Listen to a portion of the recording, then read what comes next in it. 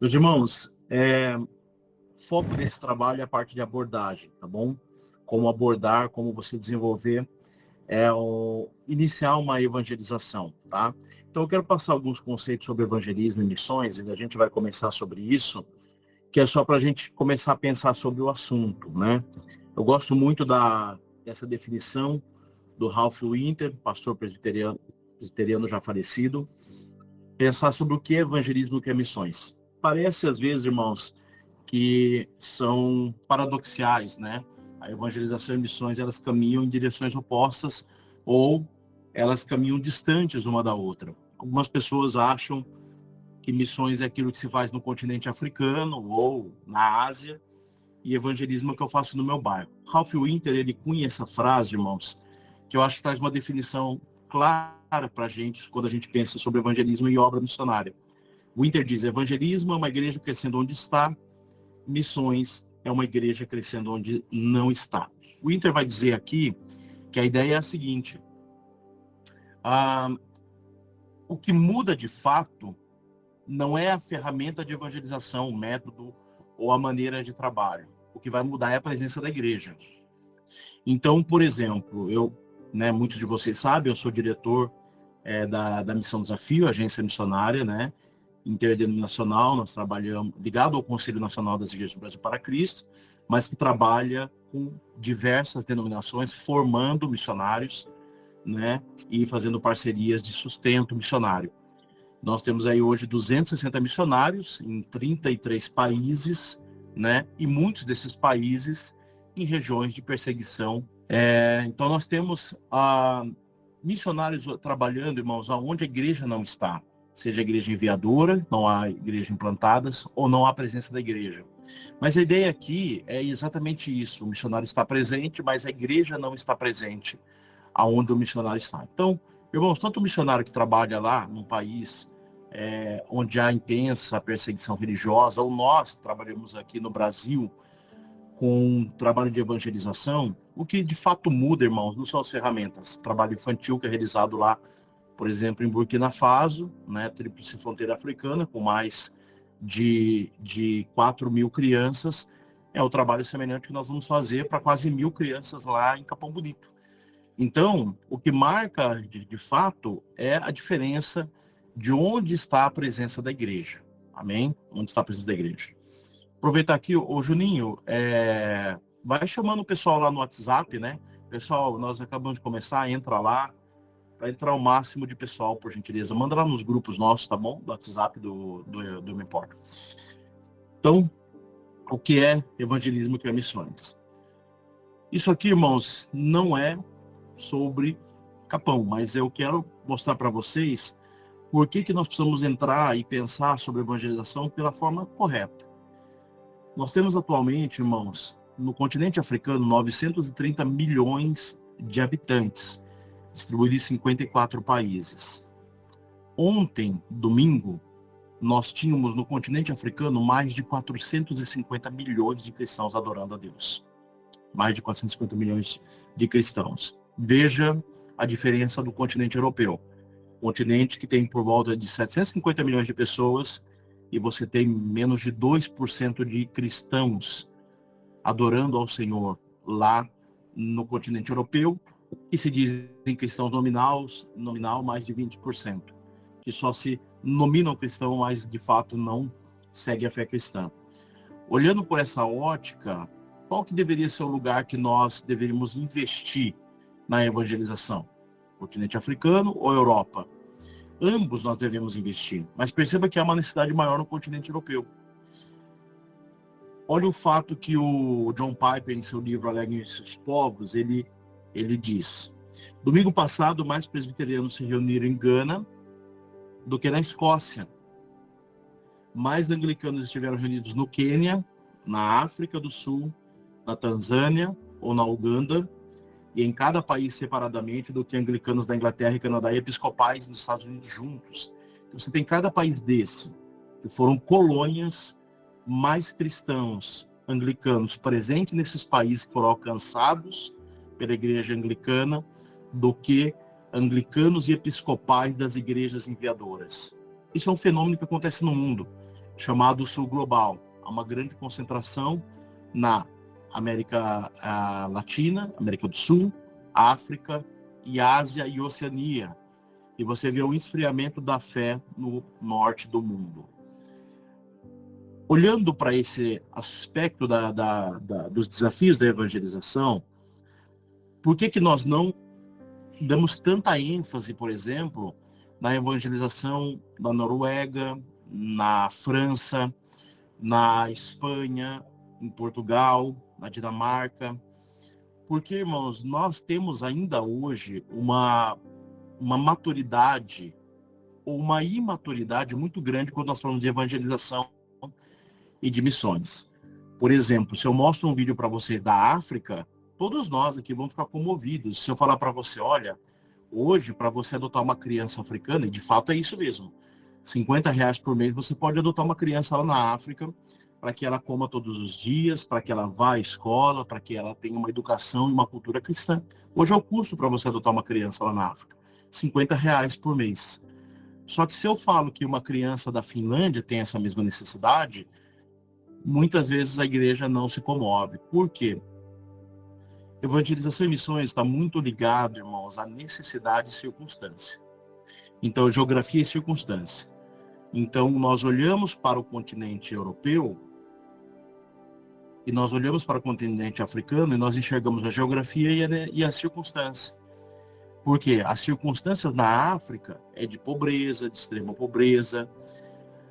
As circunstâncias da Europa é de um continente abastado, rico. E isso acaba influenciando nosso trabalho de evangelismo. Eu vou dizer para vocês aqui o que eu ouvi, né, de algumas pessoas. Mas Capão Bonito é uma cidade pobre? Necessita da cruzada? Irmãos, todos necessitam, né? Então, irmãos, a gente olha, a gente se envolve com o trabalho de evangelização e de missões baseado nas circunstâncias na geografia, quando de fato não é isso que deve reger o nosso trabalho de evangelização. Pelo contrário. Então, o que deve reger o nosso trabalho de evangelização, irmãos, o trabalho de missões, deve ser o princípio da palavra de Deus, a ordenança e o privilégio que Deus nos deu. 1 Pedro, capítulo 1, vai dizer que os anjos ansiavam por isso.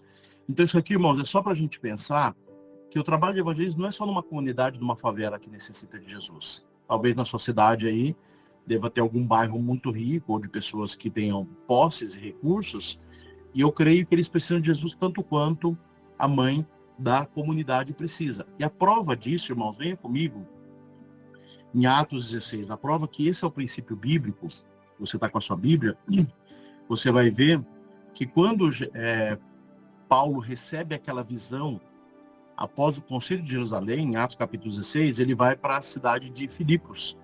E aí você vê lá que ele chega, né? Ele passa por Troade, ele vai, chega até Filipos, e no capítulo 16, versículo 15, a Bíblia diz que foi batizada uma empresária, né? O nome dela era Lídia, né? E ela era vendedora de tecidos de púrpura da cidade de Tiatira. Essa mulher era uma empresária. No capítulo 16, você vai ver, capítulo 16, verso 19, você vai ver Paulo, a partir do versículo 19, pregando o evangelho e libertando uma mulher escrava. Então você vê uma empresária e uma escrava.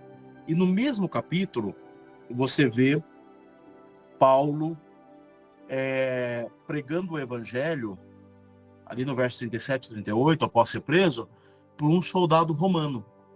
E Atos 16, irmãos, é conhecido como a dobradiça da história da pregação do evangelho. Porque foi lá em Atos 16, na cidade de Filipos, que nós tivemos a implantação da primeira igreja multirracial, multissocial e multiétnica da história. Você tem uma escrava, uma empresária e um servidor romano na mesma igreja. Isso nunca tinha acontecido.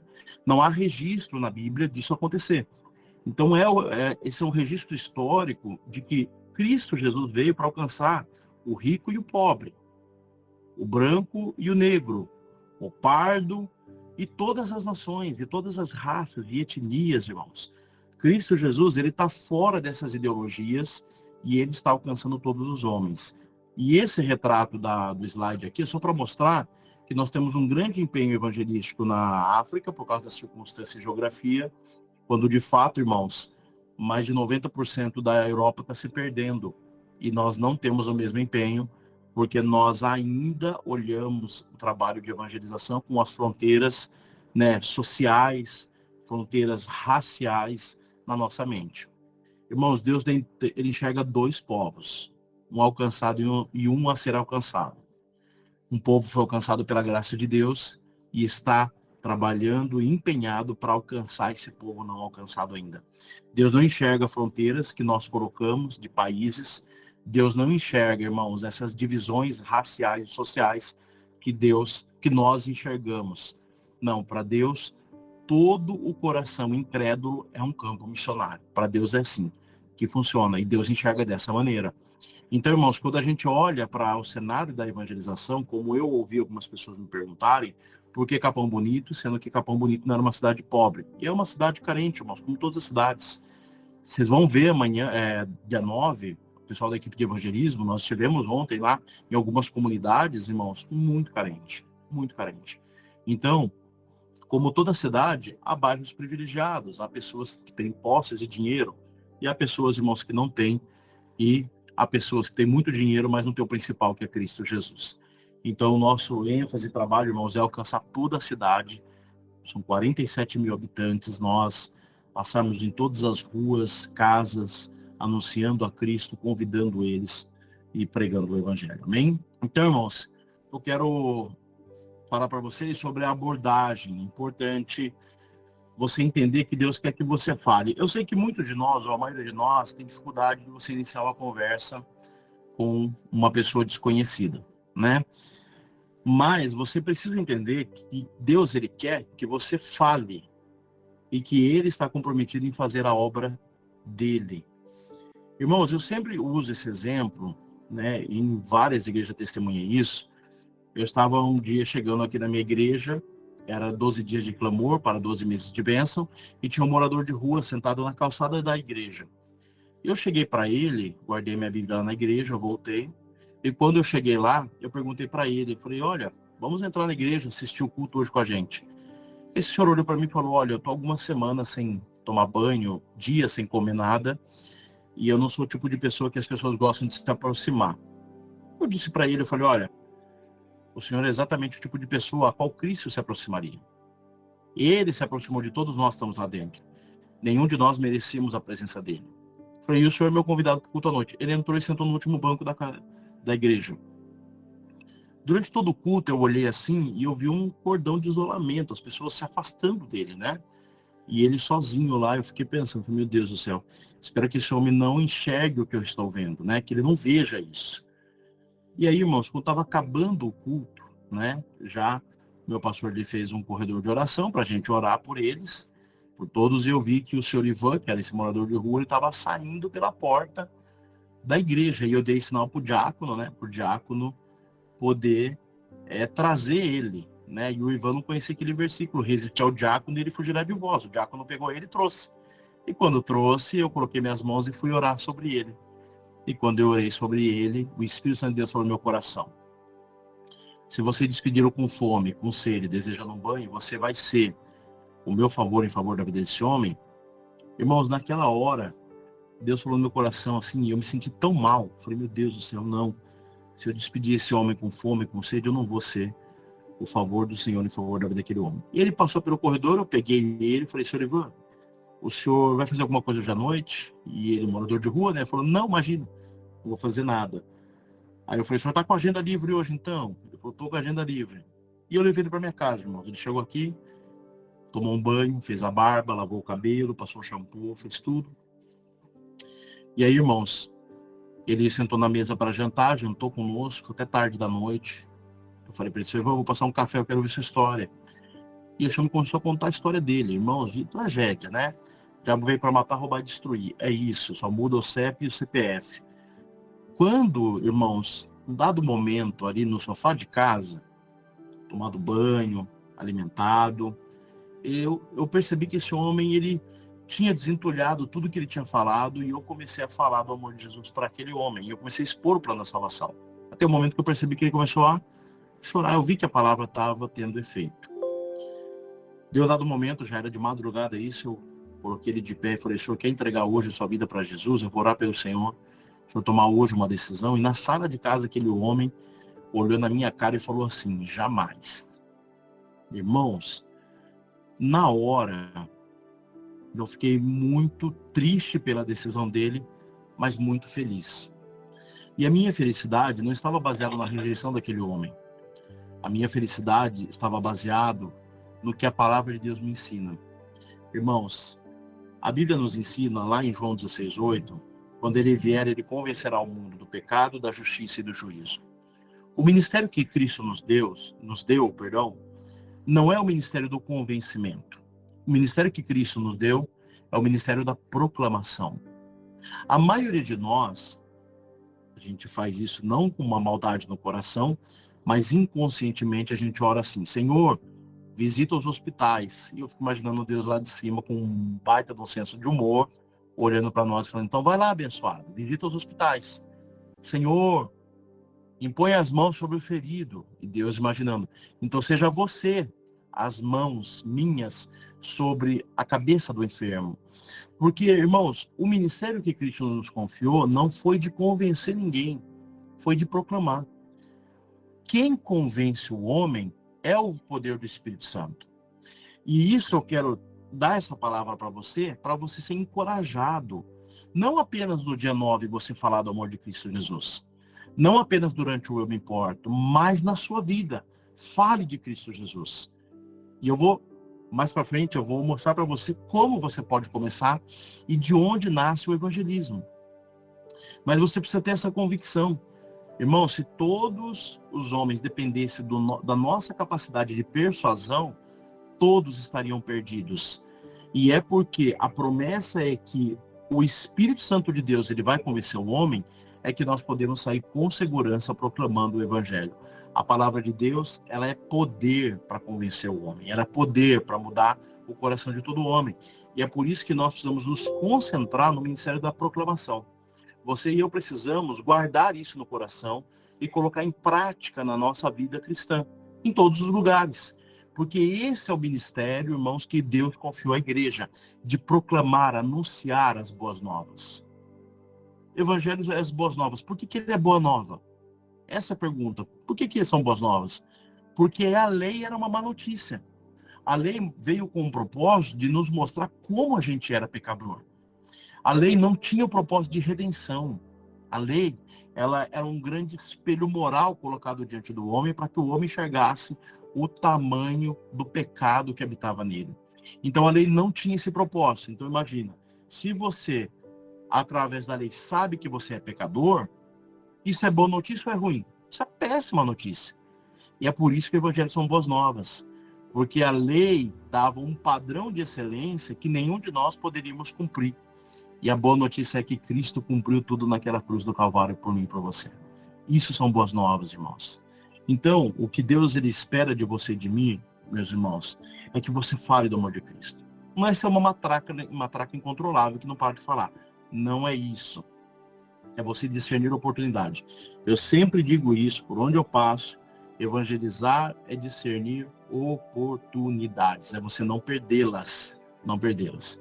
É você priorizar as oportunidades. Então, o que Deus espera de mim e de você é que você fale acerca de Cristo Jesus.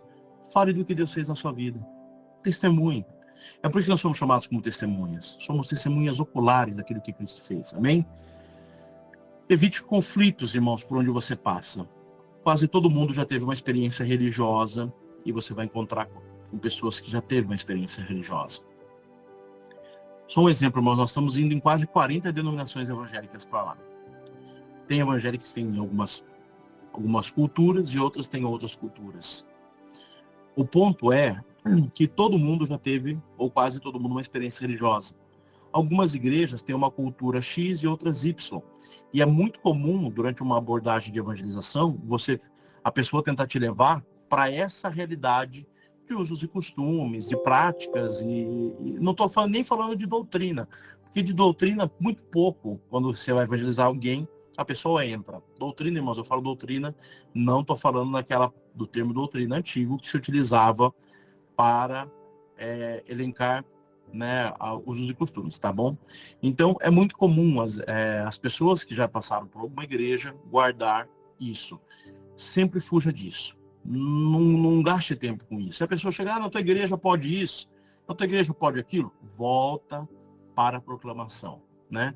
Eu sempre ensino o pessoal e falo, olha, aprenda a tangenciar perguntas, né? Os políticos fazem isso, né? Você faz uma pergunta direta, ele vem, dá aquela tangenciada, aquela volta e ele fala o que ele quer, né? Nós precisamos aprender dessa maneira, não entrar em discussão e bate-boca com a pessoa por causa da denominação ou por causa da cultura da igreja que ela teve. Não faça isso. Procure evitar conflito e foque sempre na mensagem de salvação. Uma coisa importante, nunca é, irmãos, somente um convite para o culto. Não. Nós vamos lá, irmãos, convidar as pessoas para o trabalho social, vai ter entrega de roupas, nós teremos lá entrega de calçados, atendimento, corte de cabelo, nós teremos manicure, pedicure, podóloga, teremos lá um amplo trabalho médico, teremos lá 5 médicos atendendo, temos acho que 8 ou 9 odontólogos, teremos uma van odontológica, teremos lá consultas, teremos uma farmácia popular fazendo entrega de medicações, né, com receita. Nós teremos lá um amplo trabalho, irmão, social. Trabalho infantil, doação de brinquedos, cestas básicas. As cestas, irmãos, até só para deixar claro, a igreja já está cadastrando. Todos os anos nós temos dificuldade com voluntários, porque promete cesta básica.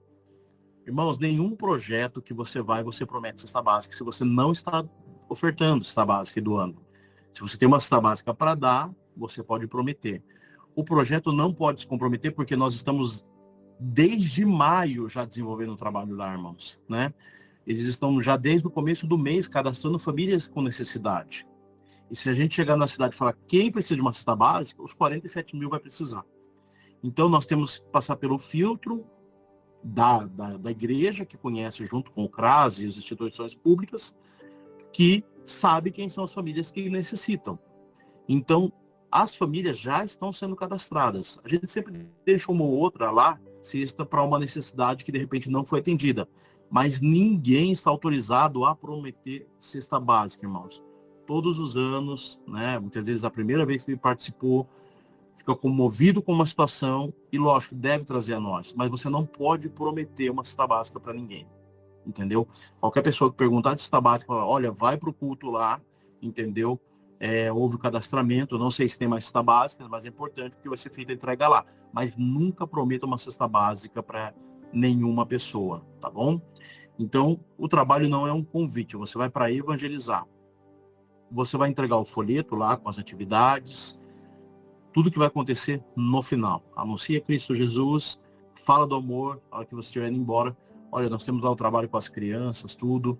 Leva a sua família para lá, o dia inteiro de trabalho, à noite vamos ter um culto de adoração, lá com mais de 600 voluntários de 70 cidades reunidos lá, entendeu? Vai ser muito especial para a cidade, para nós.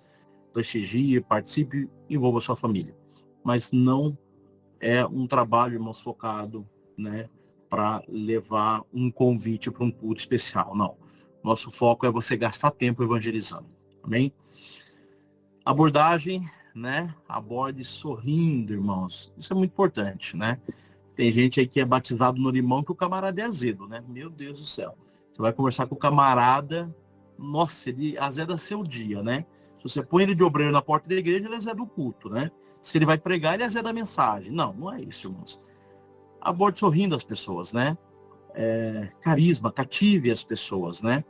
Eu me lembro, uma vez eu estava fazendo compra numa cidade aqui do interior, e do nada a pessoa virou para mim e falou assim, o senhor é cristão, né? Eu falei, sim, sou.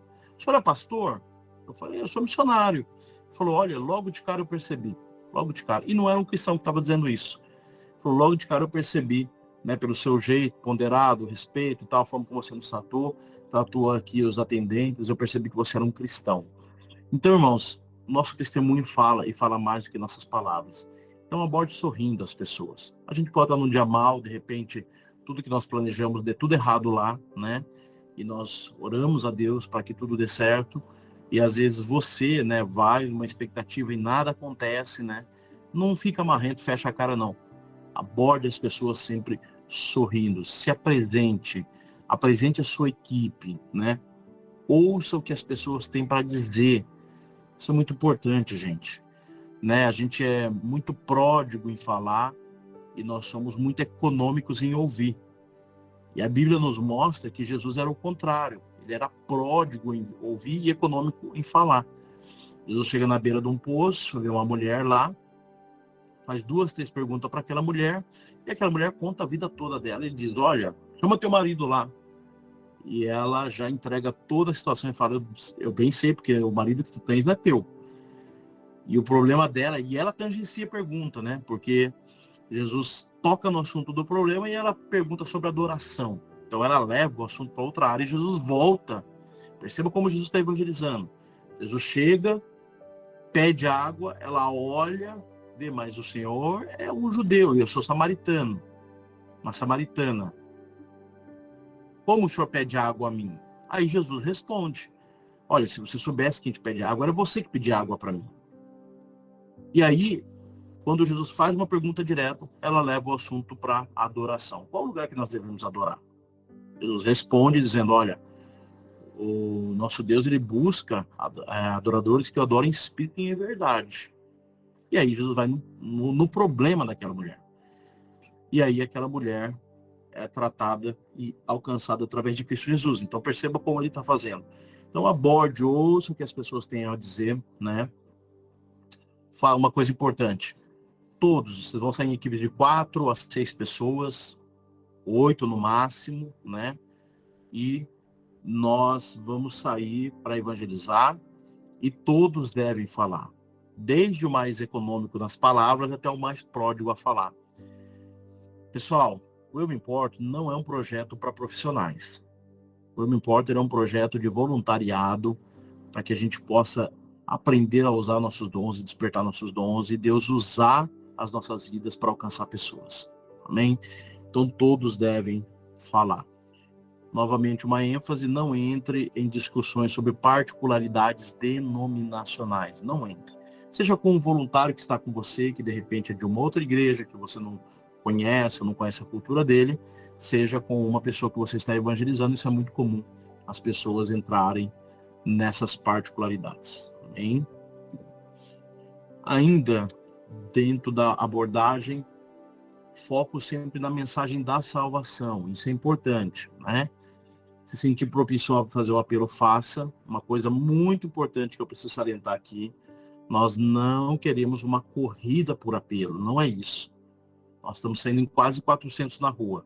Se cada um lançar na planilha uma alma que aceitou a Jesus, como que as igrejas vão conseguir dar conta de visitar esse monte de gente? Então o foco não é esse, é somente aquela pessoa que você realmente sentiu, que Deus falou com ela, ela teve um apelo sincero e ela teve uma vontade sincera de entregar a vida para Jesus e que é uma visita na sua casa. Porque nós estamos em muitas pessoas. Nós tivemos edições que só uma pessoa preencheu 30, 40 pessoas para a igreja visitar. Acabando o projeto, a igreja local vai dar continuidade. E nós estamos em um grande volume, mas eles não têm um grande volume. As igrejas não têm para conseguir chegar nessas pessoas. E aí aqueles que de fato necessitam, até a igreja chegar, aí já passou muito tempo, a pessoa nem lembra quem foi na casa dela e que ela tomou essa decisão. Então é muito importante você entender isso, que você só vai preencher lá na planilha se a pessoa tomar uma decisão de fato e se ela solicitar uma visita pastoral. Porque nós estamos em um grupo muito grande de voluntários e nós não queremos que aqueles que de fato desejam se percam nessa multidão de informações. Uma coisa importante, né? Nunca use óculos escuros, né? Esse tipo de coisa durante uma abordagem. O pessoal bota aquele óculos escuro. Porque muito pessoal, cuidado com seus pertences pessoais, relógio, pulseira. Nós estamos na cidade do interior, é mais tranquilo, pessoal. Mas nós já fizemos em comunidades, né, carentes do trabalho, em regiões perigosas. Então você tem que tomar muito cuidado com os seus pertences, né? Fotografia, uma pessoa lá entregou a vida para Jesus, você quer registrar esse momento. Muita prudência nessa hora, nem todo mundo gosta, nem todo mundo quer. Peça permissão se ela aceita fazer né? Uma foto com você ali. Toma cuidado, gente, pra gente não perder o foco, tá bom? Não perder o foco. Quando você for orar, não imponha as mãos sem permissão. Peça, gente. Guarde o que eu vou dizer. Educação, gentileza, esse tipo de coisa abre portas. Posso orar por você? Vou impor a minha mão sobre a sua vida. Você aceita receber? Aceito. Então vai lá, impõe as mãos e ore sobre elas. Lembrando que a autoridade não está sobre as mãos, irmãos. Eu sempre falo isso. Quando 1 Timóteo 2 diz, erguei vossas mãos sem intriga nem contenda, não está falando de autoridade nas mãos, está falando sobre caráter de obreiro, epístolas pastorais. Capítulo 2 está falando que obreiros que têm uma tendência a viver em intrigas e contendas não deveriam ser obreiros. O obreiro precisa ter um testemunho ilibado. Esse homem precisa ser um apagador de contendas, sabe? Precisa ser água na fogueira. Então, quando ele diz assim, erguei vossas mãos sem intriga nem contendas, ele está falando mão como símbolo de caráter. Entendeu? A igreja, os obreiros não podem ser contendeiros. Então, a autoridade não está sobre a mão do obreiro. Sobre a sua mão, sobre a minha. Está sobre a vida da pessoa. Tá bom? Em locais públicos, cuidado em orar em voz alta para não constranger. O que é isso, irmãos? Nós estamos lá em 650 pessoas, 700. Né? Mais de 700 pessoas. Com as igrejas convidadas, tudo, 800.000 pessoas lá só em cristãos fora, pessoal. Ou você está numa casa visitando. Aí você vai orar e todo mundo fala ao mesmo tempo. Se você algum dia já chegou numa casa de um católico e você evangelizou a casa de um católico, ou você orou dentro da casa, você já percebeu que o católico, ele para ouvir a oração. E ele ouve atentamente tudo que está sendo orado. Por quê? Qual que é o costume da igreja católica? O padre reza e eles escutam a reza e diz o quê? Amém, que assim seja. Se você vê um católico depois de uma oração, muitas vezes eu vi ele dizendo assim, poxa vida, que oração bonita. E para nós não faz sentido nenhum. Porque oração é o momento que eu estou orando com Deus, falando com Deus, o que está aqui dentro do meu coração. Eu estou me debruçando diante de Deus. E, irmãos, eu não oro bonito, eu oro chorando, descabelado, e tudo com os olhos inchados e tal. Não é bonito, entendeu? Mas ele ouve a oração. E ele escuta e entende a oração. Então, quando eu falo cuidado ao orar em voz alta e não constrangê-lo, é nesse sentido. Né? Se você vai orar, então em 6 lá, 3 homens, 3 mulheres, 4 homens, 2 mulheres.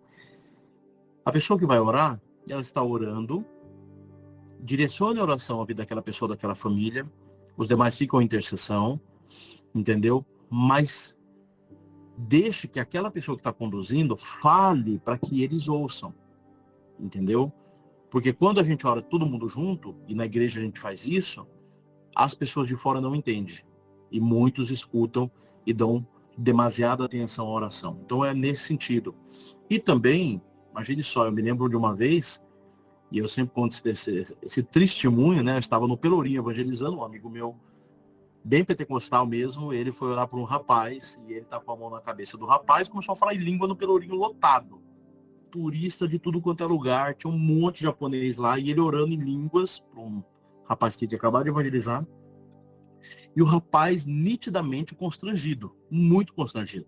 E ele tentou sair, né, da mão, ele pegou pela nuca também e segurou a cabeça dele, no meio do pelourinho. Nitidamente esse homem estava constrangido, não estava recebendo, entendendo a oração, ele orando em línguas, e aquilo virou um espetáculo, a galera tudo filmando, você entendeu? Então é nesse sentido que eu estou falando. Não estou dizendo que você não deva orar em público, não é isso. Tome cuidado para que a sua oração constranja a pessoa a ponto de ela não receber. Entendeu? Não receber. E aqui eu quero dar um testemunho para vocês. Eu estava aqui numa loja do Boticário, fui comprar um desodorante ali. E aí, cheguei na loja, era a véspera do Dia das Mães, a gerente da loja me abordou ali no caixa e falou assim, você é Anderson, você é missionário, você é pastor, né? Eu falei, olha, eu sou missionário e tal. E ela falou assim, olha, nós estamos com uma situação aqui na loja, me chamou de canto. Tem alguém roubando a loja está para fechar, e o ambiente aqui está péssimo, né? só mulheres trabalhando, um ambiente bem calmo, bem tranquilo, né? Sem concorrência. Aí ela falou, eu preciso que você ore por nós. E eu naquela hora, irmãos, reuni elas, era véspera de das mães, ela estava cheia, e eu falei assim, olha pessoal, eu queria pedir aqui a licença de todas vocês que estão aqui, em virtude de um pedido da gerente da loja, que me pediu para que eu fizesse uma oração pela loja. Eu queria pedir licença para vocês para orar pela equipe, mas não somente por ela. Nós estamos em véspera do Dia das Mães.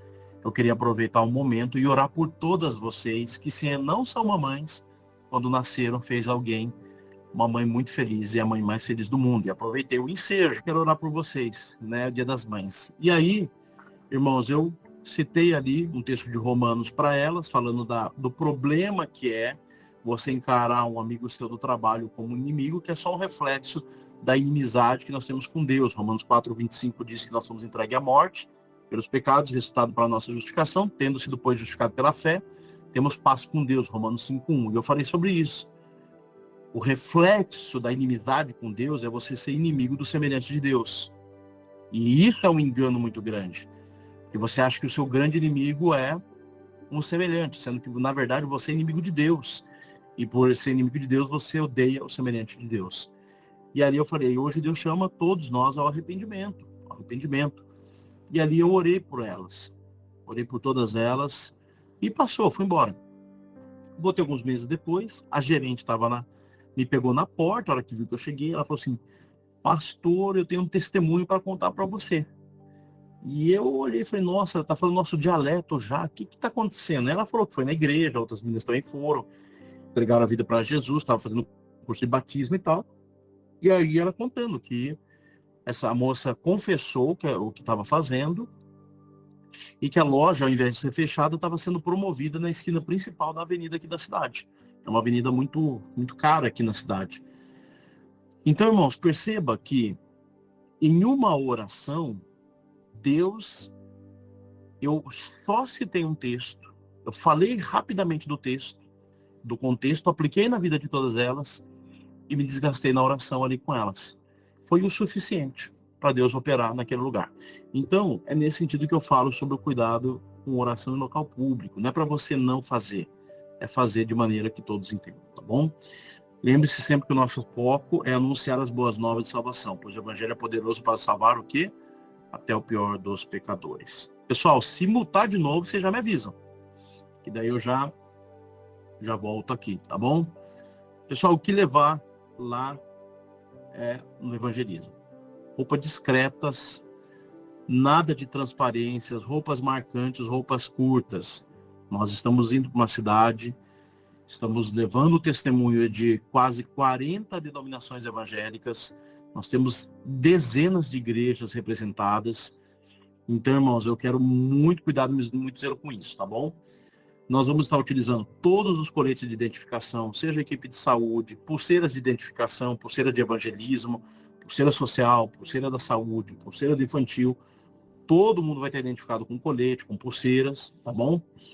Então, para que fique todo mundo identificado, fácil, isso ajuda muito no trabalho. Homens e mulheres preferencialmente de calça, tá bom?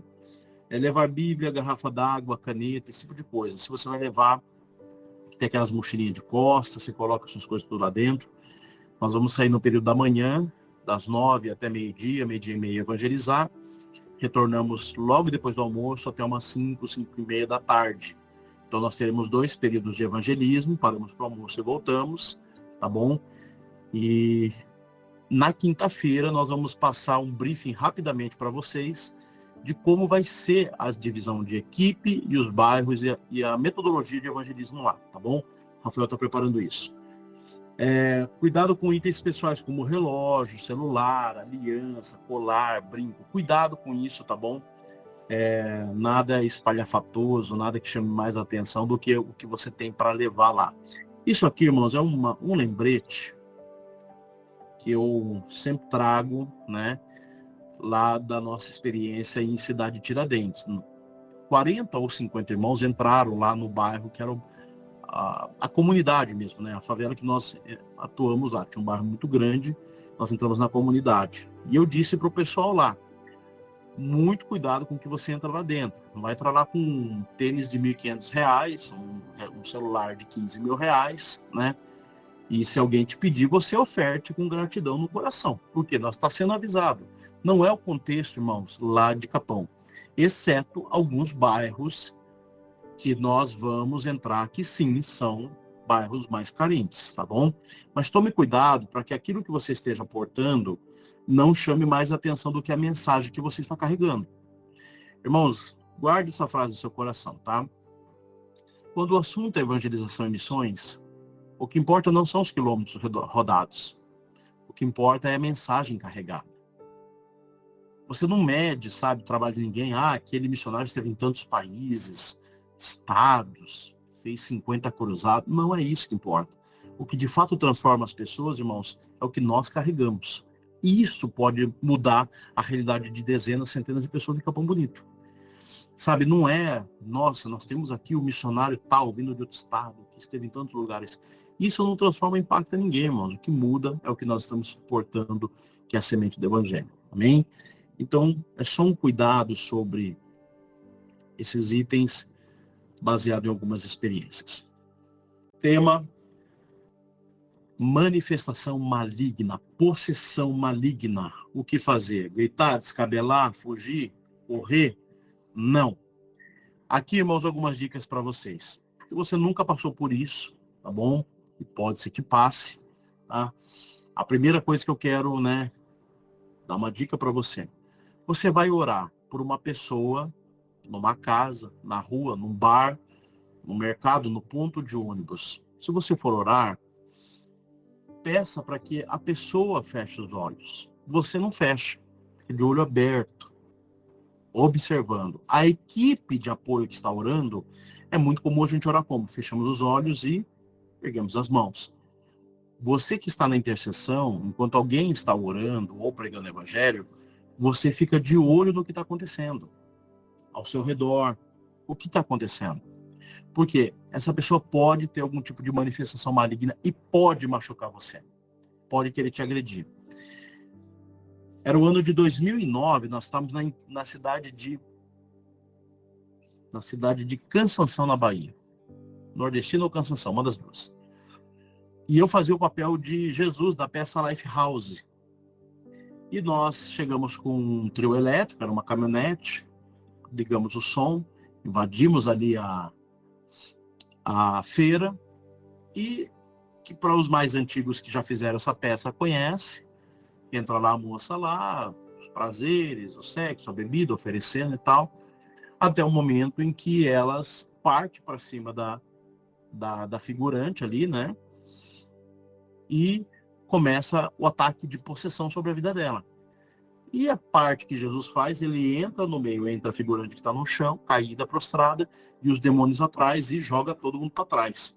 E eu era o Jesus vestido de branco. Quando eu fiz assim para trás, derrubei todo mundo, veio uma endemoniada lá no meio da feira e deu um chute na minha bunda, irmãos. Eu caí de cara no meio da feira. E virou aquela palhaçada, todo mundo dando risada do Jesus. E a equipe não percebeu, ninguém percebeu. Estava todo mundo olhando para quê? Para o teatro, não para as pessoas. Você entendeu? Ninguém estava olhando para as pessoas. Ela invadiu, ela me acertou e eu caí. Quando eu me levantei, essa mulher catou uma criança pelo colarinho, um bebê assim, ergueu a criança assim para jogar no chão a criança. E eu me levantando, eu falei, em nome de Jesus, você não machuque essa criança. E ela parou com a mão lá em cima, segurando a criança.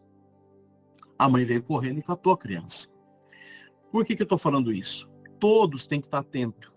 Se uma pessoa está orando, pôs as mãos, está orando, pôs no ombro, na cabeça, seja onde for, você pede para que ela feche os olhos e você está de olho no que está acontecendo. A equipe está de olho no que está acontecendo. A criança, os outros, entendeu? Não é ficar postando guarda, não, você está atento ao que está acontecendo. Então é importante que você saiba se portar em momentos como esse, porque você não conhece essa pessoa, não conhece.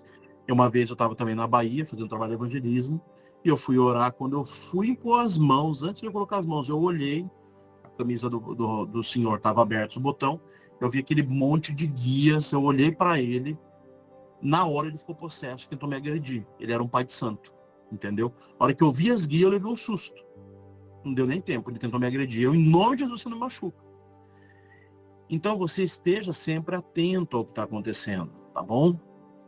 A equipe que estiver intercedendo durante a oração deve estar atento em caso de queda. Você vai orar, vocês estão em 6 pessoas.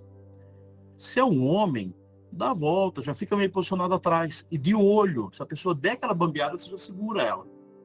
Entendeu? Fica de olho no que está acontecendo, porque a pessoa pode cair.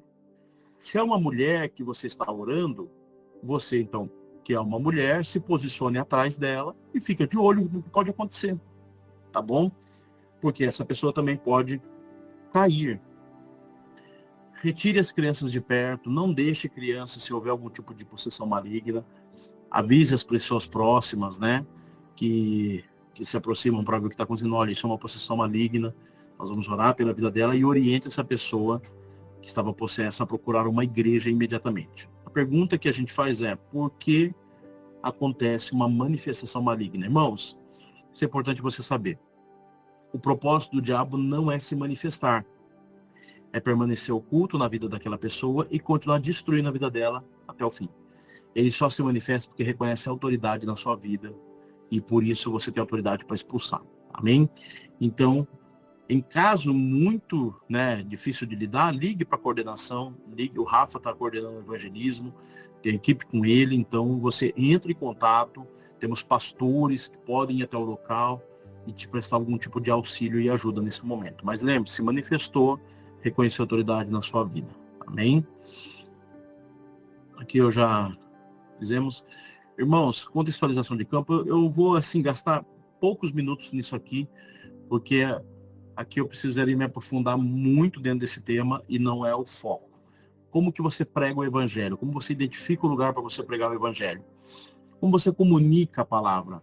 Paulo nos ensina em Atos 17 a maneira correta de você contextualizar a mensagem, seja pregando numa igreja, seja falando para uma pessoa. Então, quando Paulo chega em Atos 17, ele percebe que a cidade é uma cidade idólatra, ele sabe que a cultura grega é uma cultura eugênica, que crê em raça superior. Então, Paulo, quando chega num ambiente como a cidade de de Atenas, Paulo identifica, lógico, aquilo que para nós é oposição ao evangelho. A primeira coisa que Paulo começa, Atos 17, verso 16, mantenha sua Bíblia aberta, por gentileza, o texto vai dizer assim, que enquanto Paulo esperava por eles em Atenas, Paulo ficou profundamente indignado ao ver que a cidade estava lotada, cheia de ídolos. Perceba que Paulo entra numa cidade para pregar, porque seu coração se indignou com o erro, se indignou com a idolatria. E talvez isso seja, irmãos, uma indignação que nos falte hoje, e que caberia na igreja. É olhar aquilo que é errado, que corrompe a fé das pessoas, que é o engano, e se indignar, não contra as pessoas, mas contra a idolatria, contra aquilo que está ferindo a consciência e roubando a fé das pessoas. Então Paulo fica indignado com isso. E Paulo entra a pregar no evangelho lá em Atenas por causa de uma indignação. E aqui é um ponto para mim, para você, para aplicação para a nossa vida. A maioria das pessoas que procuram um trabalho como esse, ou me mandam mensagem box, ou me chamam depois de um culto que eu apresento, fala assim, olha, eu amo missões, eu amo evangelização, eu amo servir. Paulo não era motivado, irmãos, por um amor no seu coração, apenas. Paulo tem convicção.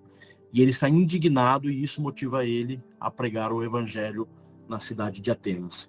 Então Paulo entra por profunda indignação no coração. Paulo comunica aos da fé, vai numa sinagoga judaica e prega o evangelho lá, baseado nas 3 divisões do Velho Testamento, anuncia o evangelho. Essa é a metodologia de Paulo em todos os lugares que ele vai. Tem uma sinagoga, ele prega na sinagoga. Depois Paulo é levado à Praça Ágora para que os filósofos ouvissem os discursos de Paulo. E aqui nós temos epicureus e estoicos, são 2 linhas de pensamentos filosóficas opositoras, e que ouve o apóstolo Paulo e se opõe claramente à pregação do evangelho. A maioria de nós, irmãos, já teria desanimado aí. Mas eles não param aí. No versículo 18, eles ofendem Paulo. Diz lá o texto que eles dizem que Paulo é um tagarela. O que está tentando dizer esse tagarela? E nos ofende Paulo. Quando Paulo sofre essa ofensa, ele continua. E no verso 17 a 21, Paulo nos dá aqui, irmãos, algo brilhante. porque Paulo identifica nessa sociedade que essa é uma sociedade de cultura aberta. Por quê?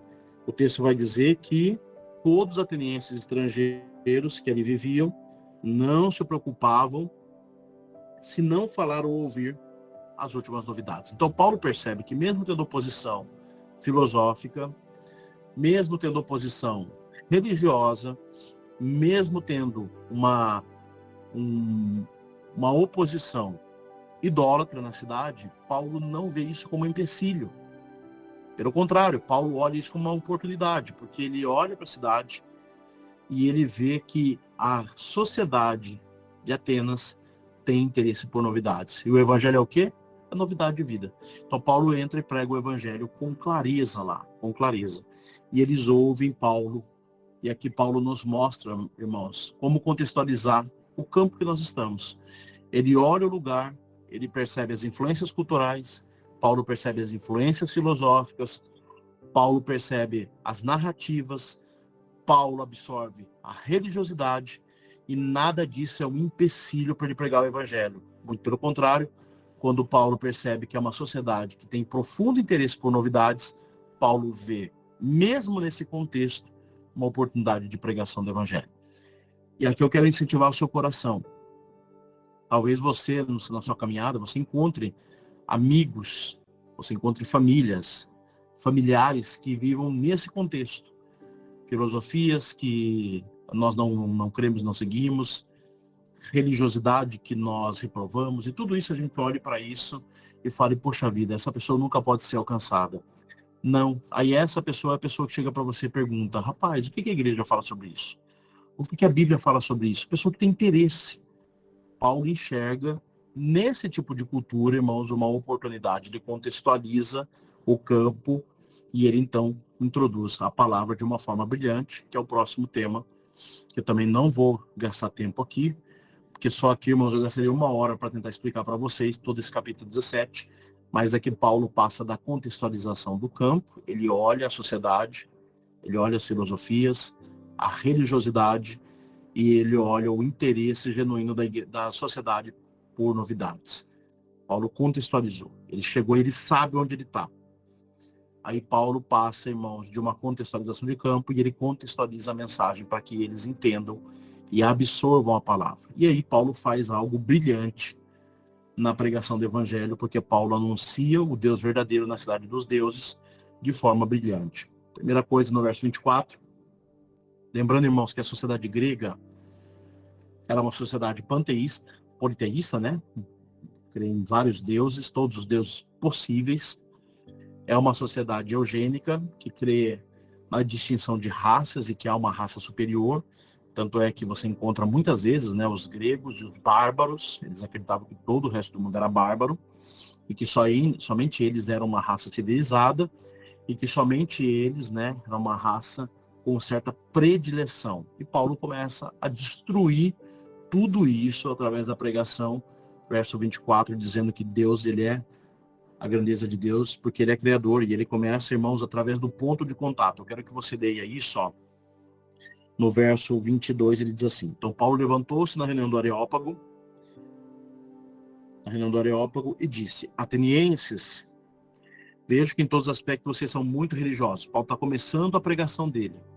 Ele diz, pois andando pela cidade, observei cuidadosamente seus objetos de culto, encontrei até mesmo um altar com essa inscrição ao Deus desconhecido. Ora, o que vocês adoram, apesar de não conhecerem, eu lhe anuncio. Isso aqui chama-se ponto de contato, irmãos.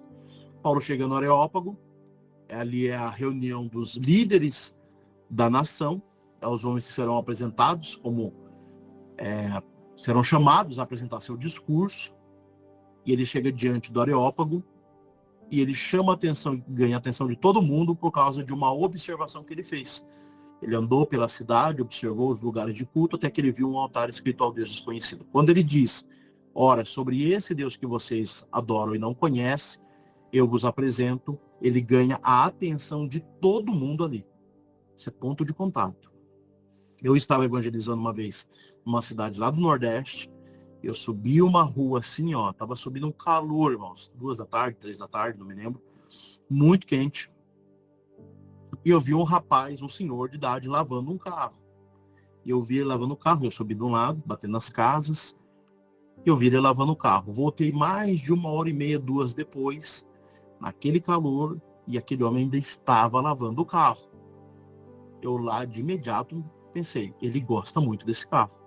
Eu me aproximei dele e disse assim, rapaz, que carro lindo é esse? E aí ele já inflou o peito na hora. Esse aqui é um motor, é um Gol GTI Turbo, GTS Turbo 2.0, tal. E eu olhei em cima do capô, vi aquela, né, cova ali em cima, sabia que era o turbo. E aqui a turbina, e eu falei, o que a turbina faz? Ele pega de novo a exaustão e volta na câmara e explode de novo ela. E tudo que ele falou eu sabia. Ele só não sabia que eu sabia.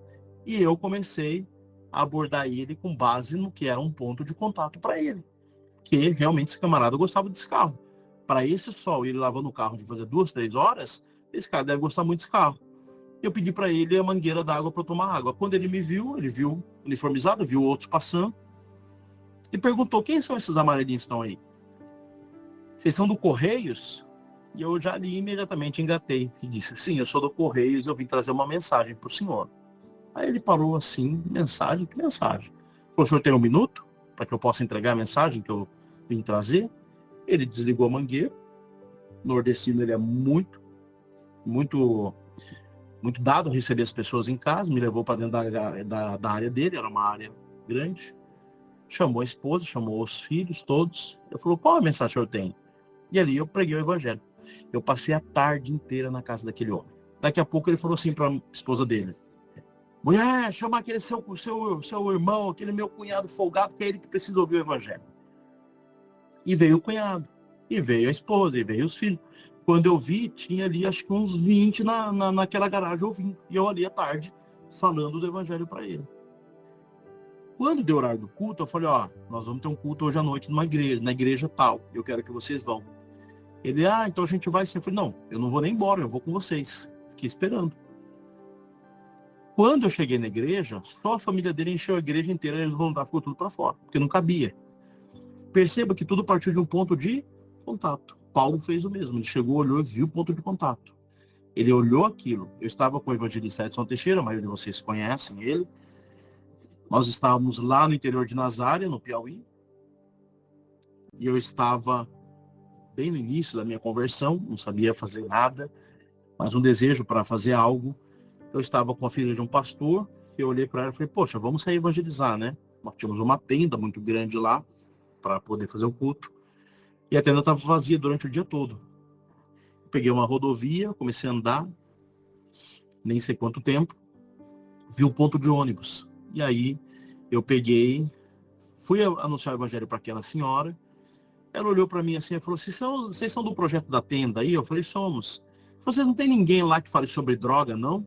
Eu falei, nossa, nós temos um palestrante internacional, que já esteve em mais de 50 países, ele passou pela FEBEM, hoje tem feito projetos no mundo inteiro. Ela falou assim, aqui? Ele está aqui nessa cidade? Ele está lá na tenda.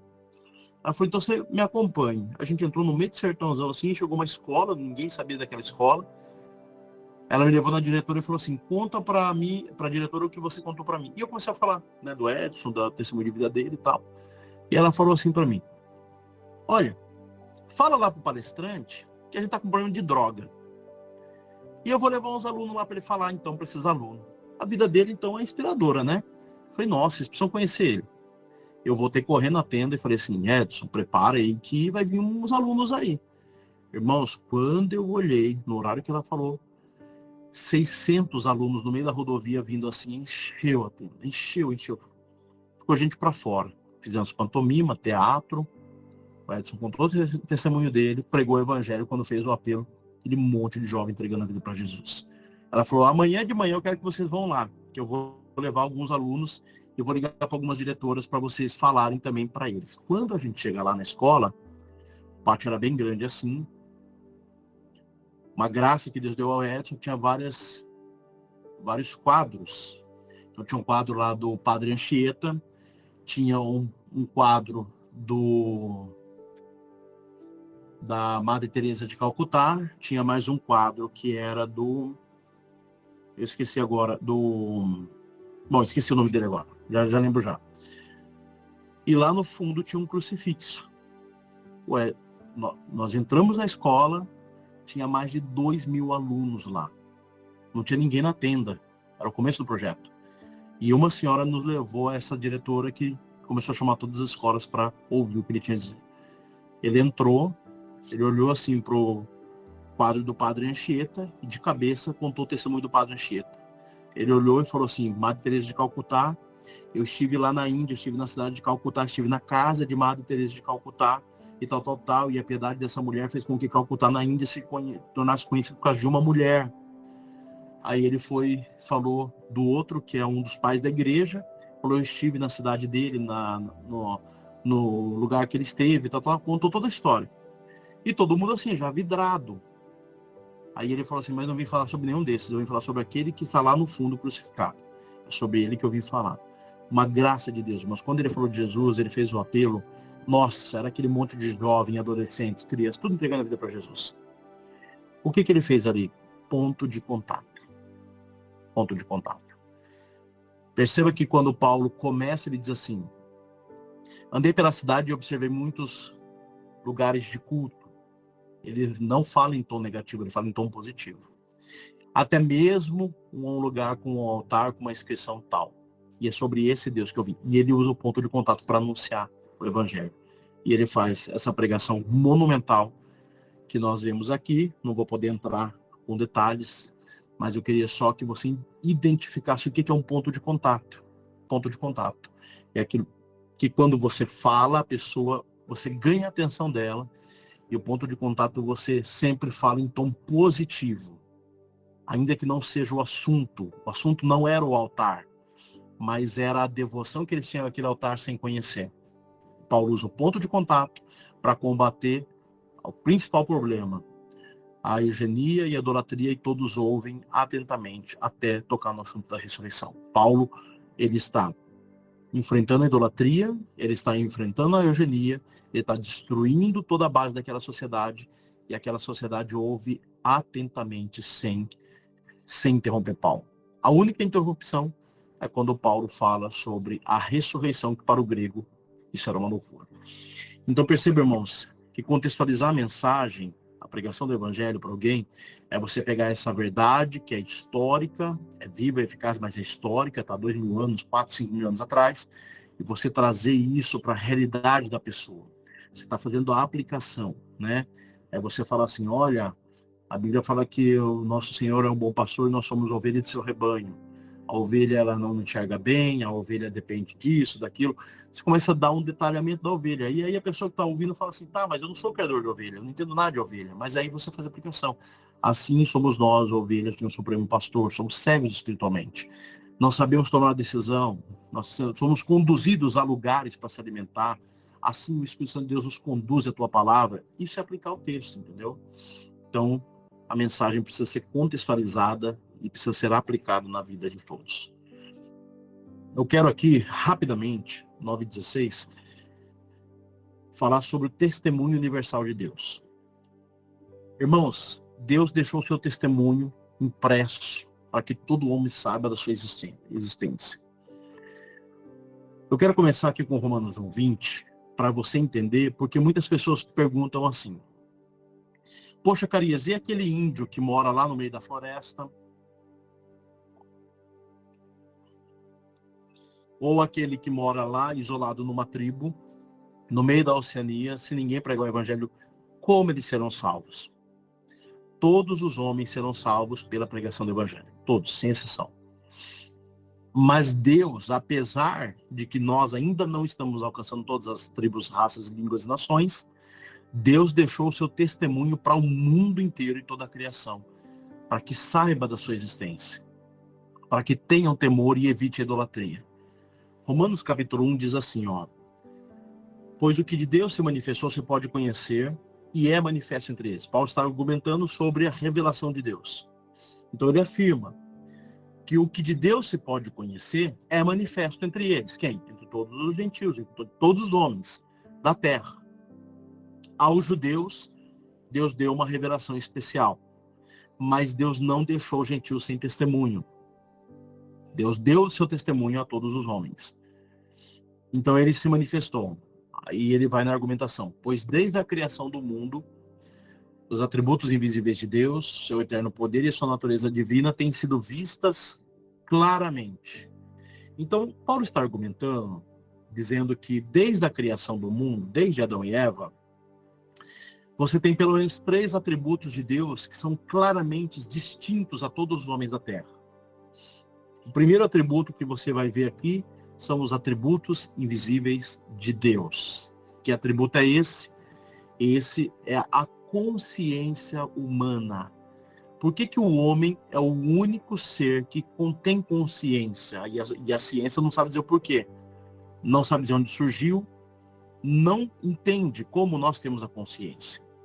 O que é a consciência? A consciência é o instrumento, é o atributo que Deus colocou em nós para que a gente se conheça. Então, irmãos, a consciência, a Bíblia diz que ora nos acusa, é promotor, ora nos defende, advogado de defesa. A consciência, ela foi colocada em nós para que o homem se conhecesse. Então, qualquer homem na Terra, em qualquer lugar da Terra, ele tem a avaliação de juízo do que é certo e é errado. Qualquer homem. Independentes de religiosidade, há no homem um senso de julgamento que ele sabe o que é correto e ele sabe o que é errado. Então, esse atributo invisível foi colocado em todos os homens. Então, Paulo está dizendo que esse atributo que é invisível, nós não vemos, esse atributo foi dado a todos os homens. Foi dado a todos os homens. E a prova disso, irmãos, está lá em Atos 27. Olha só. Você se lembra, Atos 26, Paulo passa por naufrágio. É o 4º naufrágio que Paulo passa. E agora Paulo vai chegar na ilha de Malta. O contexto da viagem é assim, extraordinário, espetacular o que acontece ali. E a narrativa do livro de Atos para trazer o fato que aconteceu daquele naufrágio. Deus fala com Paulo. Você tinha dentro daquela embarcação 276 pessoas reunidas ali. Deus fala com Paulo que ninguém ia se perder se permanecesse no barco. O barco bate na ilha, perde o barco, perde tudo, mas todos saem vivos. E a Bíblia diz, então, que Paulo juntou, verso 3 do capítulo 28, um monte de graveto quando os colocava no fogo, e uma víbora fugindo do calor prendeu a sua mão. Então, o contexto é, eles haviam passado 14 dias sem saber o que era a luz do sol, sem saber o que era a noite, numa tempestade violenta. A embarcação de Paulo foi arrastado 800 quilômetros a mar adentro por causa da desobediência do comandante, né, da embarcação. Foi arrastado 800 quilômetros mar adentro, num caos terrível, desesperança de vida. Todos achavam que ia morrer, desejaram a morte. Nesses 14 dias, quando eles chegam na ilha, depois eles estavam no período já de inverno, entre os meses de novembro e dezembro, num caos total. Eles chegam na ilha, todos os habitantes da ilha olham aquela situação de naufrágio, está frio. Paulo vai jogar um graveto dentro da fogueira para que a fogueira não se apague. Uma víbora vem e cola na mão de Paulo e morde Paulo. Qual que é a reação imediata de todos os habitantes daquela ilha quando vê isso? Olha a afirmação. Quando os habitantes da ilha viram a cobra agarrada na mão de Paulo, disseram uns aos outros: certamente esse homem é um assassino. Olha a afirmação. Pois, tendo escapado do mar, a justiça não lhe permite viver. Agora vem a pergunta para a gente interpretar o texto, irmãos. Por que que os habitantes de uma ilha pagã, que não tinha judaísmo, não tinha religiosidade nenhuma, eles dizem que há uma justiça que pune o homem injusto porque esse homem é um assassino? Da onde vem esse senso de justiça comum que Deus vai punir sempre, ou uma justiça vai punir o injusto? Da onde vem isso? Esse senso comum que existe entre todos os povos, entre todos os lugares, daquele tipo de pessoa que fala assim, ó, não paga nessa vida, paga na próxima, ou aqui se faz, aqui se paga. Esse senso comum que existe no homem, irmãos, é uma consciência que Deus colocou de certo e errado, e que o que é mal será punido pela justiça. Você entendeu? Então esse atributo é um atributo que Deus colocou no homem. Todo homem tem isso. Mas não apenas isso, seu eterno poder. Qualquer pessoa, irmãos, que olha para a terra, olha para o mar, olha para as montanhas, olha para a criação, chega a uma conclusão. Quem criou tudo isso é mais poderoso do que eu. Porque eu não consigo criar isso, mas eu fui criado. Então, quem criou é mais poderoso do que eu. É uma segunda conclusão que o homem chega. E terceira, natureza divina. Todo homem, quando olha para a criação, ele chega a uma conclusão óbvia. Quem criou tudo isso é de natureza distinta da nossa.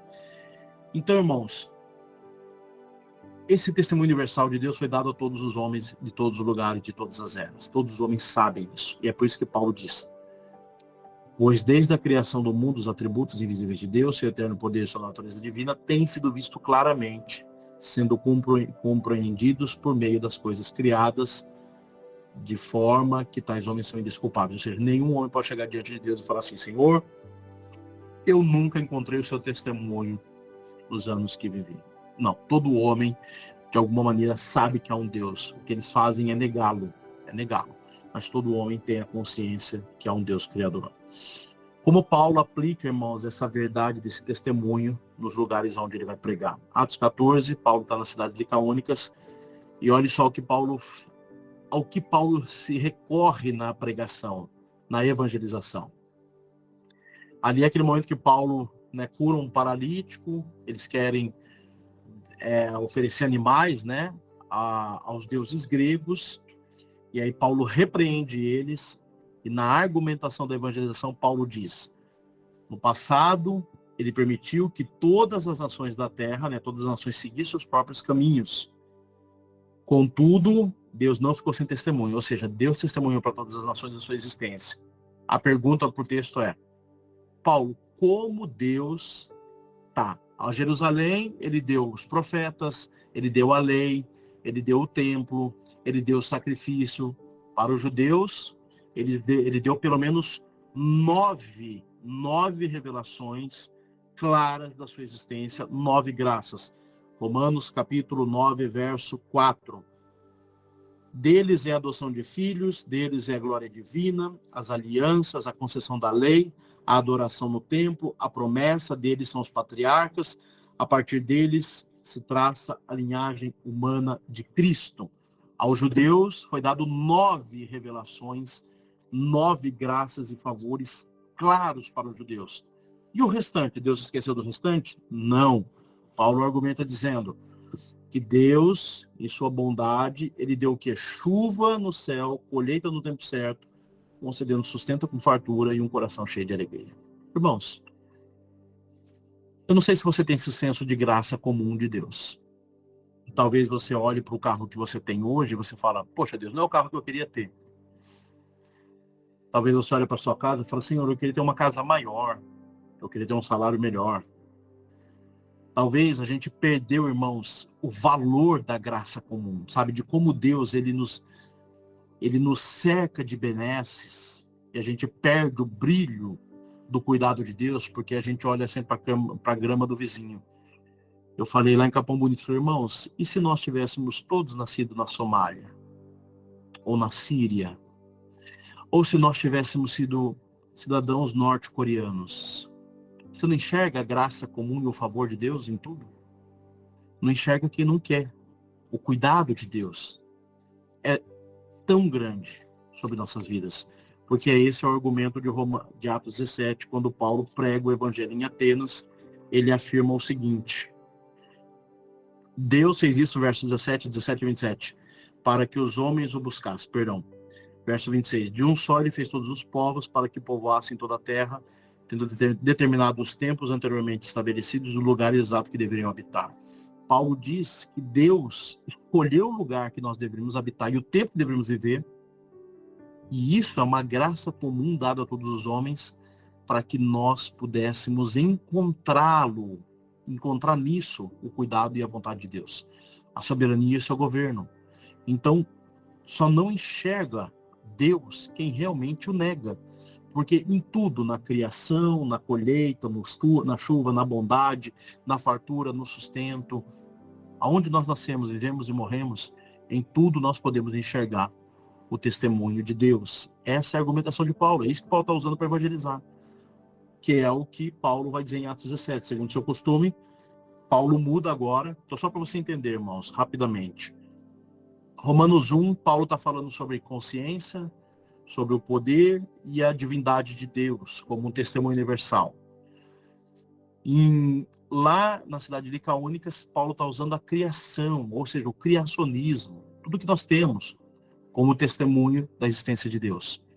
Em Atos 17, versos 1 e 2, quando Paulo vai na cidade de Tessalônica, Paulo não recorre nem à criação, nem os atributos invisíveis de Deus para evangelizar. Paulo recorre o quê? A lei. Ele pega o livro e prega. Durante 3 sábados, discutiu com eles com base nas Escrituras. Então, Paulo abre o Velho Testamento, as 3 divisões do Velho Testamento, e prega com base. Então, se ele chega numa sinagoga, Paulo prega a palavra. Ele pega o Velho Testamento e prega. Se ele chega numa sociedade que não conhece a Deus, ele usa com base na criação. Atos 17, Atos 14 e Atos 17. Está pregando em Atenas a mesma mensagem que ele está pregando nas cidades licaônicas. Romanos, ele está se utilizando dos atributos invisíveis de Deus, do poder, ou seja, aquilo que o mundo inteiro pode reconhecer. Então, irmão, nós temos a consciência como testemunho, nós temos a divindade de Deus de forma clara, nós temos o poder de Deus, nós temos a criação e nós temos a Bíblia. Nós temos 5 testemunhos inquestionáveis de Deus para o mundo. E Paulo usa esses 5 para testemunhar a Deus. Então, quando Paulo contextualiza a mensagem, ele apresenta o testemunho de Deus, Paulo se utiliza dessas 5 revelações que Deus deu a todos os homens. Deus deu a sua palavra, Deus deu a consciência, Deus deu o seu eterno poder, ele tem a sua divindade claramente e ele tem a criação, o rolo da revelação da criação, ou seja, o rolo da existência e da criação, o livro da existência para usar na sua argumentação. Amém? Eu sei que às vezes parece um pouco difícil, irmãos, né? E numa segunda é mais ainda. Eu louvo a Deus pela vida de vocês, mas acho que a parte mais difícil aqui passou. Parte prática para a gente partir para o encerramento. Na quinta-feira eu quero ser mais conciso. Eu e o Rafa, principalmente o Rafa, falando sobre estratégia de evangelismo lá. Mas isso aqui é só uma passada mesmo. Se alguém quiser ver depois esse conteúdo também com mais detalhes, eu tenho do ano passado gravado, que foram 2 aulas completas sobre isso mais profundamente. Amém? Ó, esse tema da palestra, irmãos, nasceu de uma evangelização. Tem um amigo meu que é católico, apostólico romano, trabalha comigo, e eu estava num voo de Viracopos para Araçatuba, irmãos, e eu estava orando, pedindo a Deus para que Deus colocasse alguém para eu poder falar do amor de Cristo do meu lado. E eu entrei no avião, tinha um padre sentado do meu lado, e eu pensei comigo, meu Deus, e agora? Vou evangelizar o padre, ou vou dar uma migué e vou fingir que eu não orei, né? E aí eu vi o padre lá, guardei minha mala no BIM, dei a mão para ele e falei, paz do Senhor, padre. E ele olhou para mim assim e falou, paz do Senhor. E ele virou para mim e falou, de que paróquia você é? Aí eu falei, eu sou de uma paróquia meio concorrente do senhor. E me apresentei, eu sou missionário da Igreja Brasil para Cristo, tal, assim, assado. E comecei a desenvolver com ele ali um diálogo a fim de evangelizar o padre. Irmãos, o assunto foi a viagem toda até que ele chegou nesse tema sobre Pedro e Paulo. E que foi a mesma discussão que eu entrei com um amigo meu, discussão no bom sentido, tá? Que ele me perguntou por que a igreja evangélica traz tamanha devoção sobre o nome de Paulo e despreza Pedro. E eu disse para ele, não, muito pelo contrário, a igreja tem profunda admiração por Pedro.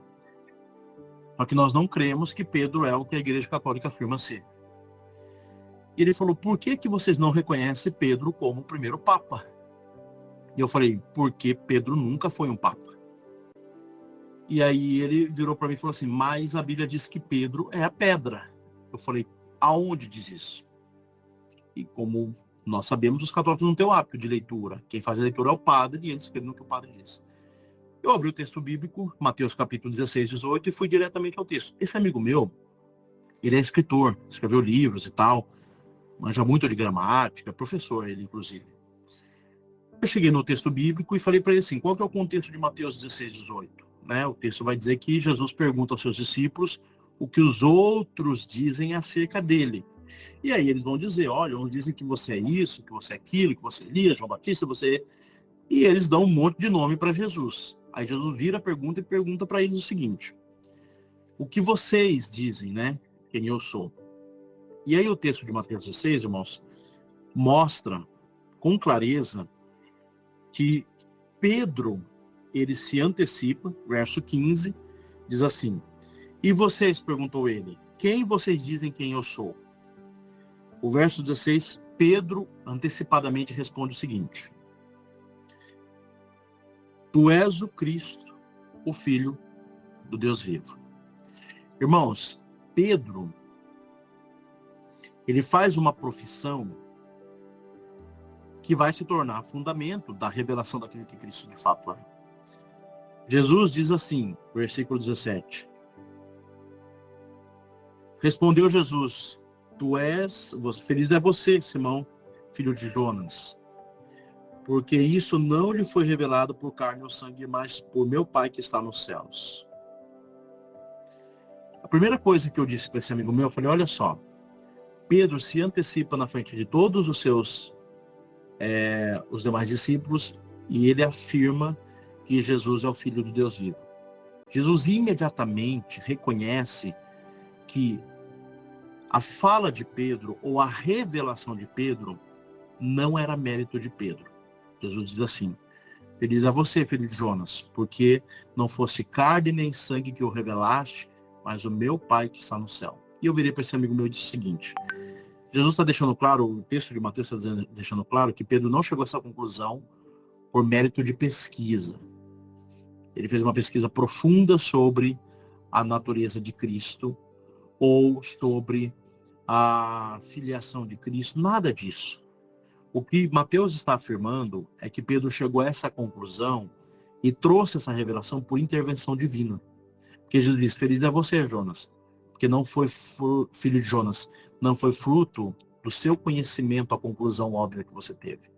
Foi por intervenção divina. E aí eu disse para ele o seguinte, se Pedro chegou a essa conclusão por intervenção divina, o mérito é de Pedro ou é de Deus que deu para Pedro? E ele me respondeu, o mérito é de Deus. Pois bem. Então Pedro não chegou a essa conclusão por mérito próprio, mas por intervenção divina. E o texto deixa claro. Segunda coisa que o texto vai dizer. Eu lhes digo, verso 18, que você é Pedro, e sobre esta pedra edificarei a minha igreja. No grego, há um jogral de palavras aqui, entre Pedro e pedra, rocha e lasca arrancada da rocha. Eu poderia usar esse argumento para falar com ele, mas ele não entende de grego. Eu também quase nada, pouco de etimologia. E eu não fui para esse campo para argumentar com ele. Eu fui para onde? Para o campo gramatical. Eu falei para ele, qual que é o pronome demonstrativo da oração? Aí ele falou, o pronome demonstrativo é esta. Eu falei, pois bem, qual que é a função do pronome demonstrativo na oração? Lembre-se que ele estava afirmando que Pedro era pedra. Eu disse para ele, qual que é a função do pronome demonstrativo? Você lembra? Ele falou, não me lembro. Eu falei, a função do pronome demonstrativo é indicar para o leitor a posição do objeto em relação ao ouvinte e o orador. Então, quando eu digo assim, esta carteira é minha e vocês não estão me vendo, se eu estou usando o pronome demonstrativo em primeira pessoa, esta significa que a carteira está sob posse ou próximo de mim. Se eu digo essa está em segunda pessoa, está próximo ou próximo do orador, do ouvinte. Se eu digo aquela, significa que a carteira está distante do ouvinte e do orador. Falei, quando Jesus fala sobre esta pedra, ele nunca disse que Pedro era pedra. O pronome diz que Jesus é pedra. Ele está falando que ele é a rocha. E quando você vai para todo o contexto bíblico, 1 Coríntios, qualquer texto bíblico, nunca nenhum dos apóstolos discípulos foram chamados de rocha. Mas Cristo sempre foi lançado como rocha. O que Cristo veio fazer é lançar o fundamento. Então, a Bíblia não diz que Pedro é a pedra. Muito pelo contrário. Jesus está se relacionando a ele. Entendeu? E que essa revelação que Pedro trouxe é o fundamento que sustenta a igreja. Não é a autoridade dada a Pedro, mas sim que Jesus Cristo é o Filho de Deus vivo. Então não se trata do que Pedro, não se trata do mérito da revelação de Pedro. Se trata que Jesus, sendo o Filho de Deus vivo, é o fundamento daquilo que seria edificado a igreja. Então, eu disse para ele e disse para o padre. O padre, eu disse, o senhor sabe que o senhor conhece a palavra. Só que vocês negam isso. Vocês não assumem que a exegese do texto de vocês está errada, equivocado.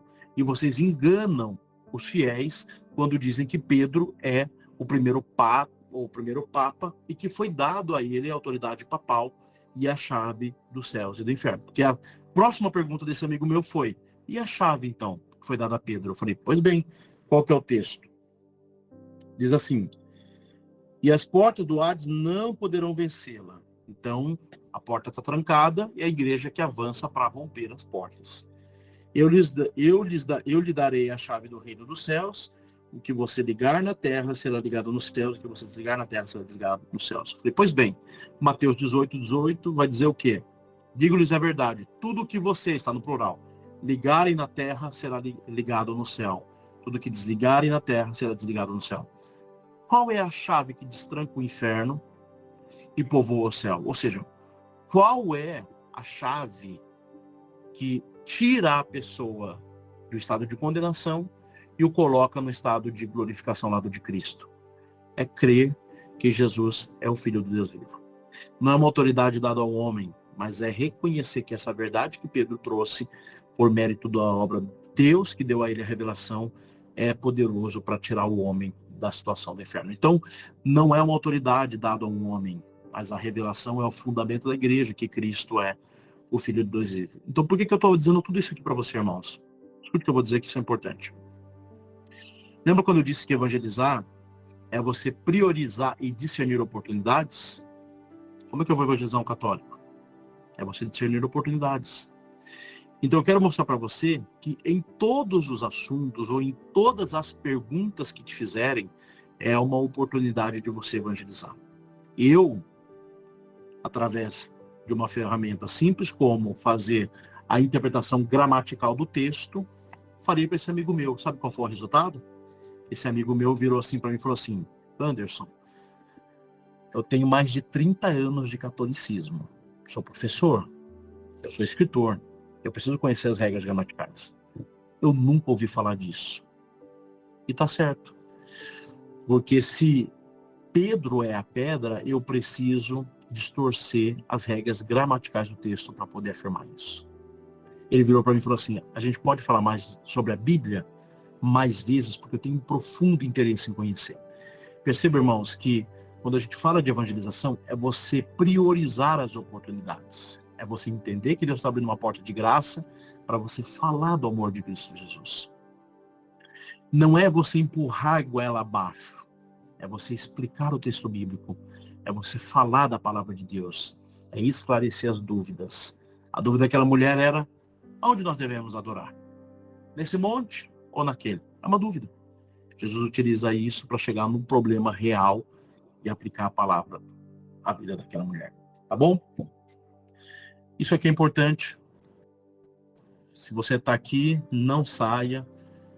É muito importante você conhecer isso. Como ocorre a salvação. Falar sobre dinâmica de salvação. Se você puder abrir o texto de Atos capítulo 8 na sua Bíblia, marque ela. Faça uma anotaçãozinha aí. Eu quero falar dos 3 elementos presentes na salvação de todos os homens. Você precisa saber disso. Precisa. Atos 8. De 26 a 40. Contexto. A promessa de Jesus era que o evangelho seria pregado em Jerusalém, Judeia, Samaria, até os confins da terra. O evangelho foi pregado em Jerusalém por Jesus. O evangelho foi pregado na Judeia em Atos capítulo 4.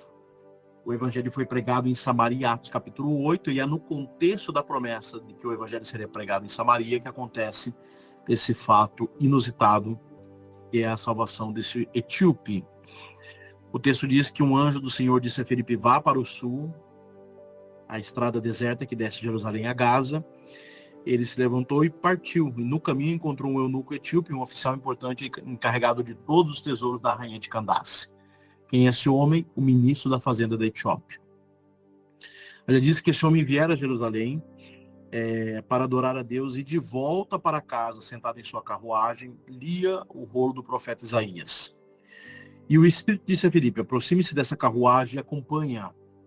Então Filipe correu para a carruagem, ouviu o homem lendo o profeta Isaías e lhe perguntou: o senhor entende o que está lendo? A pergunta dele é essa. Ele respondeu: como eu posso entender se ninguém me explicar? Irmãos, boa parte do papel do evangelista é explicar o evangelho. O seu papel é esse, é você explicar. As pessoas estão sedentas porque não entendem. Ele está lendo o rolo do profeta Isaías. Qual o texto que ele está lendo? Isaías 53, versos 7 e 8. O servo do Senhor. Ele está lendo o principal texto da cristologia bíblica do Velho Testamento. E ele não entende. Ele pergunta: o profeta fala de si mesmo ou fala de outro? Ele não está entendendo o texto bíblico. E aí o que ele está fazendo? Deus manda Felipe lá para ele interpretar o texto bíblico para aquele homem. Aí então a Bíblia diz que ele estava lendo o rolo do profeta Isaías, 53, versos 7 e 8. Ele foi levado como ovelha para o matador, e como cordeiro mudo diante do tosqueador, ele não abriu sua boca. Em sua humilhação foi privado de justiça. Quem pôde falar dos seus descendentes? Pois a sua vida foi tirada da terra. O eunuco perguntou a Felipe: diga-me, por favor, de quem o profeta fala? De si próprio ou de outro? Então Felipe, começando com aquela passagem da Escritura, anunciou-lhe as boas novas de Jesus. Destaque aqui, irmãos, como ocorre a salvação, como ocorre a evangelização. A maioria das evangelizações vão nascer de uma dúvida no seu dia a dia. Um amigo do serviço chegar para você e falar assim: o que a Bíblia diz sobre o fim do mundo? O que a Bíblia diz sobre homossexualidade, adultério, casamento? O que a Bíblia diz sobre isso? O que a Bíblia tem a dizer? A maioria das evangelizações vão nascer de uma dúvida. E é nesse momento que você precisa entender como evangelizar. Você vai fazer o que Felipe fez no versículo 35. Anote na sua Bíblia. Felipe, começando com aquela passagem da Escritura, anunciou-lhes as boas novas de Jesus. Qual que é a pergunta do homem? O profeta fala de si mesmo. Profeta, ele não reconheceu que ele era o Redentor. É o profeta, Isaías está escrevendo. Isaías fala dele mesmo ou fala de outro? Essa é a dúvida dele. O que Felipe fez? Ele foi direto dali para Jesus. A pergunta é: o que a Bíblia fala? O que você acha da homossexualidade? Essa é a ponte para você anunciar Jesus. O que a Bíblia fala sobre o fim dos tempos? Essa é a ponte para você anunciar Jesus. Seja qual for a dúvida, você vai caminhar para as Escrituras e para Cristo Jesus e explicar a Escritura. Quais são os elementos presentes na salvação de todo homem? Um coração desejoso, um pregador disposto e a palavra exposta. Você tem o eunuco interessado, você tem Felipe disposto a falar sobre a palavra, explicar e aplicar o texto, e você tem a palavra exposta. Vá para Pedro e o centurião Cornélio, Atos capítulo 10, está aqui. Cornélio, zeloso, temente a Deus. Você tem Pedro, que vai pregar o evangelho, e a palavra que está com Pedro.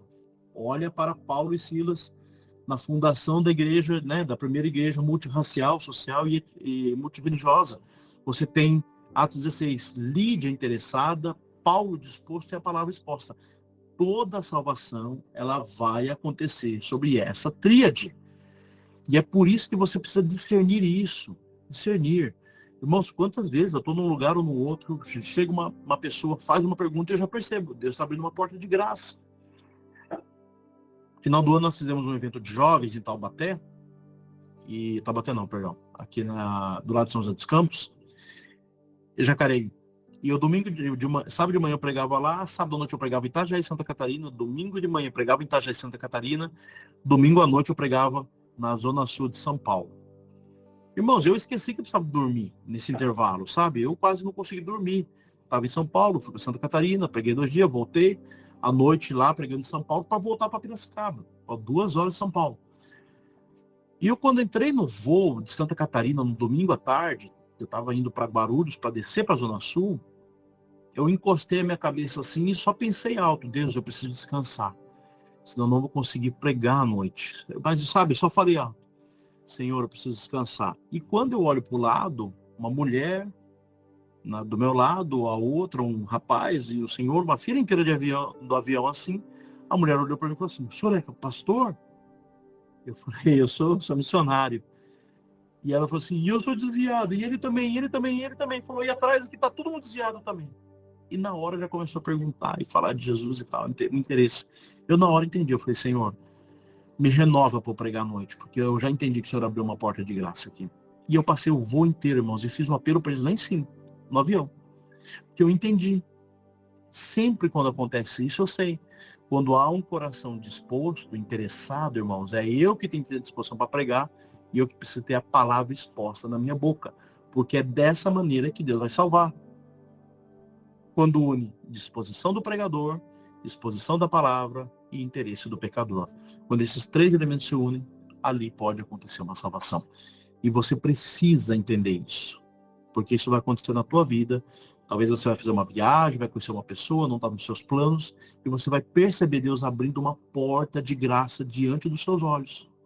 Uma pessoa que do nada se interessa, uma pessoa que vai te perguntar, uma pessoa que vai te procurar, e você precisa estar preparado, como o 1 Pedro vai afirmar aqui. Olha só que coisa linda que Pedro vai dizer aqui. 1 Pedro capítulo 2, verso 3, verso 15. Antes, santifiquem-se no Senhor Jesus Cristo como Senhor. Antes, santifique-se Cristo como Senhor em seu coração e estejam sempre preparados para responder a qualquer pessoa que lhe pedir a razão da esperança que há em vós. Pedro está dizendo isso. Santifique Cristo no seu coração e você esteja preparado para qualquer pessoa que pedir para você qual é a esperança que habita no seu coração. Que é exatamente isso que Deus vai fazer. Vai levar pessoas interessadas acerca dele para perguntar para você acerca dele. E você tem que estar o quê? Preparado para falar. É assim que nasce toda evangelização. Nasce de uma dúvida, de uma pergunta, de um interesse genuíno. Amém, pessoal? Pessoal, se alguém tiver alguma pergunta, pode mandar aí. Estou caminhando para o final. Como eu disse, a gente vai ser bem conciso, bem direto aqui. Na quinta-feira, é muito importante que vocês participem, que a gente vai falar sobre estratégia de evangelização e como nós vamos trabalhar lá. Vai ser bem rápido a de quinta-feira, mas é importante você estar, sabe, todo mundo ligado mesmo no que vai acontecer. Então, vamos para os 4 passos finais aqui de como você pode evangelizar, anunciar a Cristo, para a gente poder estar encerrando esse momento aqui do treinamento de evangelismo. E depois você compartilha com todo mundo, por gentileza, que não pôde participar, para acompanhar essas 2 horas. 4 passos simples para você anunciar Cristo Jesus, lembrando que isso aqui não é uma regra, isso aqui na verdade é só um plano de fundo para você entender o que Deus vai fazer através da sua vida lá em Capão e depois de Capão muito mais. Amém? Que Capão Bonito seja só o início, irmãos. Para você que de repente nunca pensou que evangelização tem mais a ver com estilo de vida, de você discernir oportunidades, perceber portas abertas, perceber lugares, entendeu? Que você tem que Deus vai te colocar em lugares para você testemunhar a Cristo, que Deus vai abrir portas claras para você, que Capão Bonito seja só um start na sua vida, e que você comece a perceber que Deus está conduzindo a sua vida com clareza a lugares para pregar o Evangelho. Temos mais um exemplo disso. 2 Coríntios capítulo 2, verso 12, Paulo explicando à igreja por que ele atrasou para visitá-los. Quando cheguei a Troade, ele explicando a visão que ele teve do Macedônio, para pregar o Evangelho de Cristo, e vi que o Senhor havia me aberto uma porta. Ainda assim não tive sossego em meu espírito, porque não encontrei ali meu irmão Tito, por isso me despedi deles e fui para a Macedônia. Ele entendeu claramente que a agenda da igreja era que ele fosse pregar na província da Ásia, em Mísia e Bitínia. Eles oraram, a igreja Atos 15 orou, eles se reuniram, decidiram a estratégia de evangelização, do concílio, a carta das abstinências. Paulo, você vai para a província da Ásia, você vai para a Mísia e Bitínia, Deus intervém, traz uma visão e ele entende na hora que aquilo era uma porta aberta. Então ele, em vez de ir para Corinto, ele muda a agenda, porque evangelização não é uma data marcada na agenda da igreja, é uma data marcada na agenda de Deus. Deus está marcando o compromisso com a Macedônia, Paulo entende e vai. Então é assim que Deus faz. A gente é para chegar numa casa, para dormir, para ser hospedado, Deus bota a gente em outra. E aí você começa a perceber, opa, Deus abriu uma porta. Você era para estar numa empresa, foi em outra, era para chegar num grupo, chegou em outro, e você percebe Deus abrindo uma porta. O plano de Deus é o quê? Deus criou um homem com um maravilhoso plano em mente, viver em comunhão com ele. No momento da criação, todas as coisas estavam em ordem, não havia guerra, injustiça, doença, nem pecado. O homem vivia em harmonia com o Criador, e Deus viu que tudo o que havia feito, e tudo havia ficado muito bom. O plano de Deus, irmãos, para nós, para mim, para você, para as famílias que vão ouvir a gente, vão nos receber em Capão Bonito, é o melhor plano, irmãos. O plano dele é o plano de eternidade, né? Qual que é o problema, então, do homem? Foi o homem que separou de Deus, né, do Criador, e preferiu seguir por conta própria. Hoje nós vemos as consequências dessa decisão. Em vez de nós vivermos em paz e harmonia uns com os outros, vemos o que? Ódio, ciúmes, doenças e guerras, né? Mas o mais assustador de tudo, irmãos, de todas essas tragédias, é a nossa separação eterna de Deus. Perceba que Deus, o diabo coloca a gente inimigo do trabalho, inimigo familiar, a gente, né, o desafeto em tudo quanto é lugar. E a gente não percebe que isso, irmãos, é só um reflexo da inimizade que temos com Deus, né? Não me falha a memória, foi Tomás de Aquino que diz que o homem que está em paz com Deus, ele está em paz com os homens. Você entendeu? O homem que está em paz com Deus não vive em suspensão de todos, sabe? Suspeita de todas as pessoas. O homem que está em paz com Deus, não. Então, perceba que essa inquietude do coração, de inimizade, isso só é, na verdade, um reflexo da inimizade que nós estamos diante de Deus, né?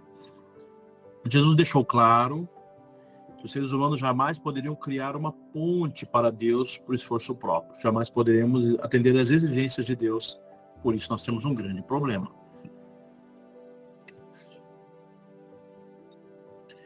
Passo 3, o amor de Deus.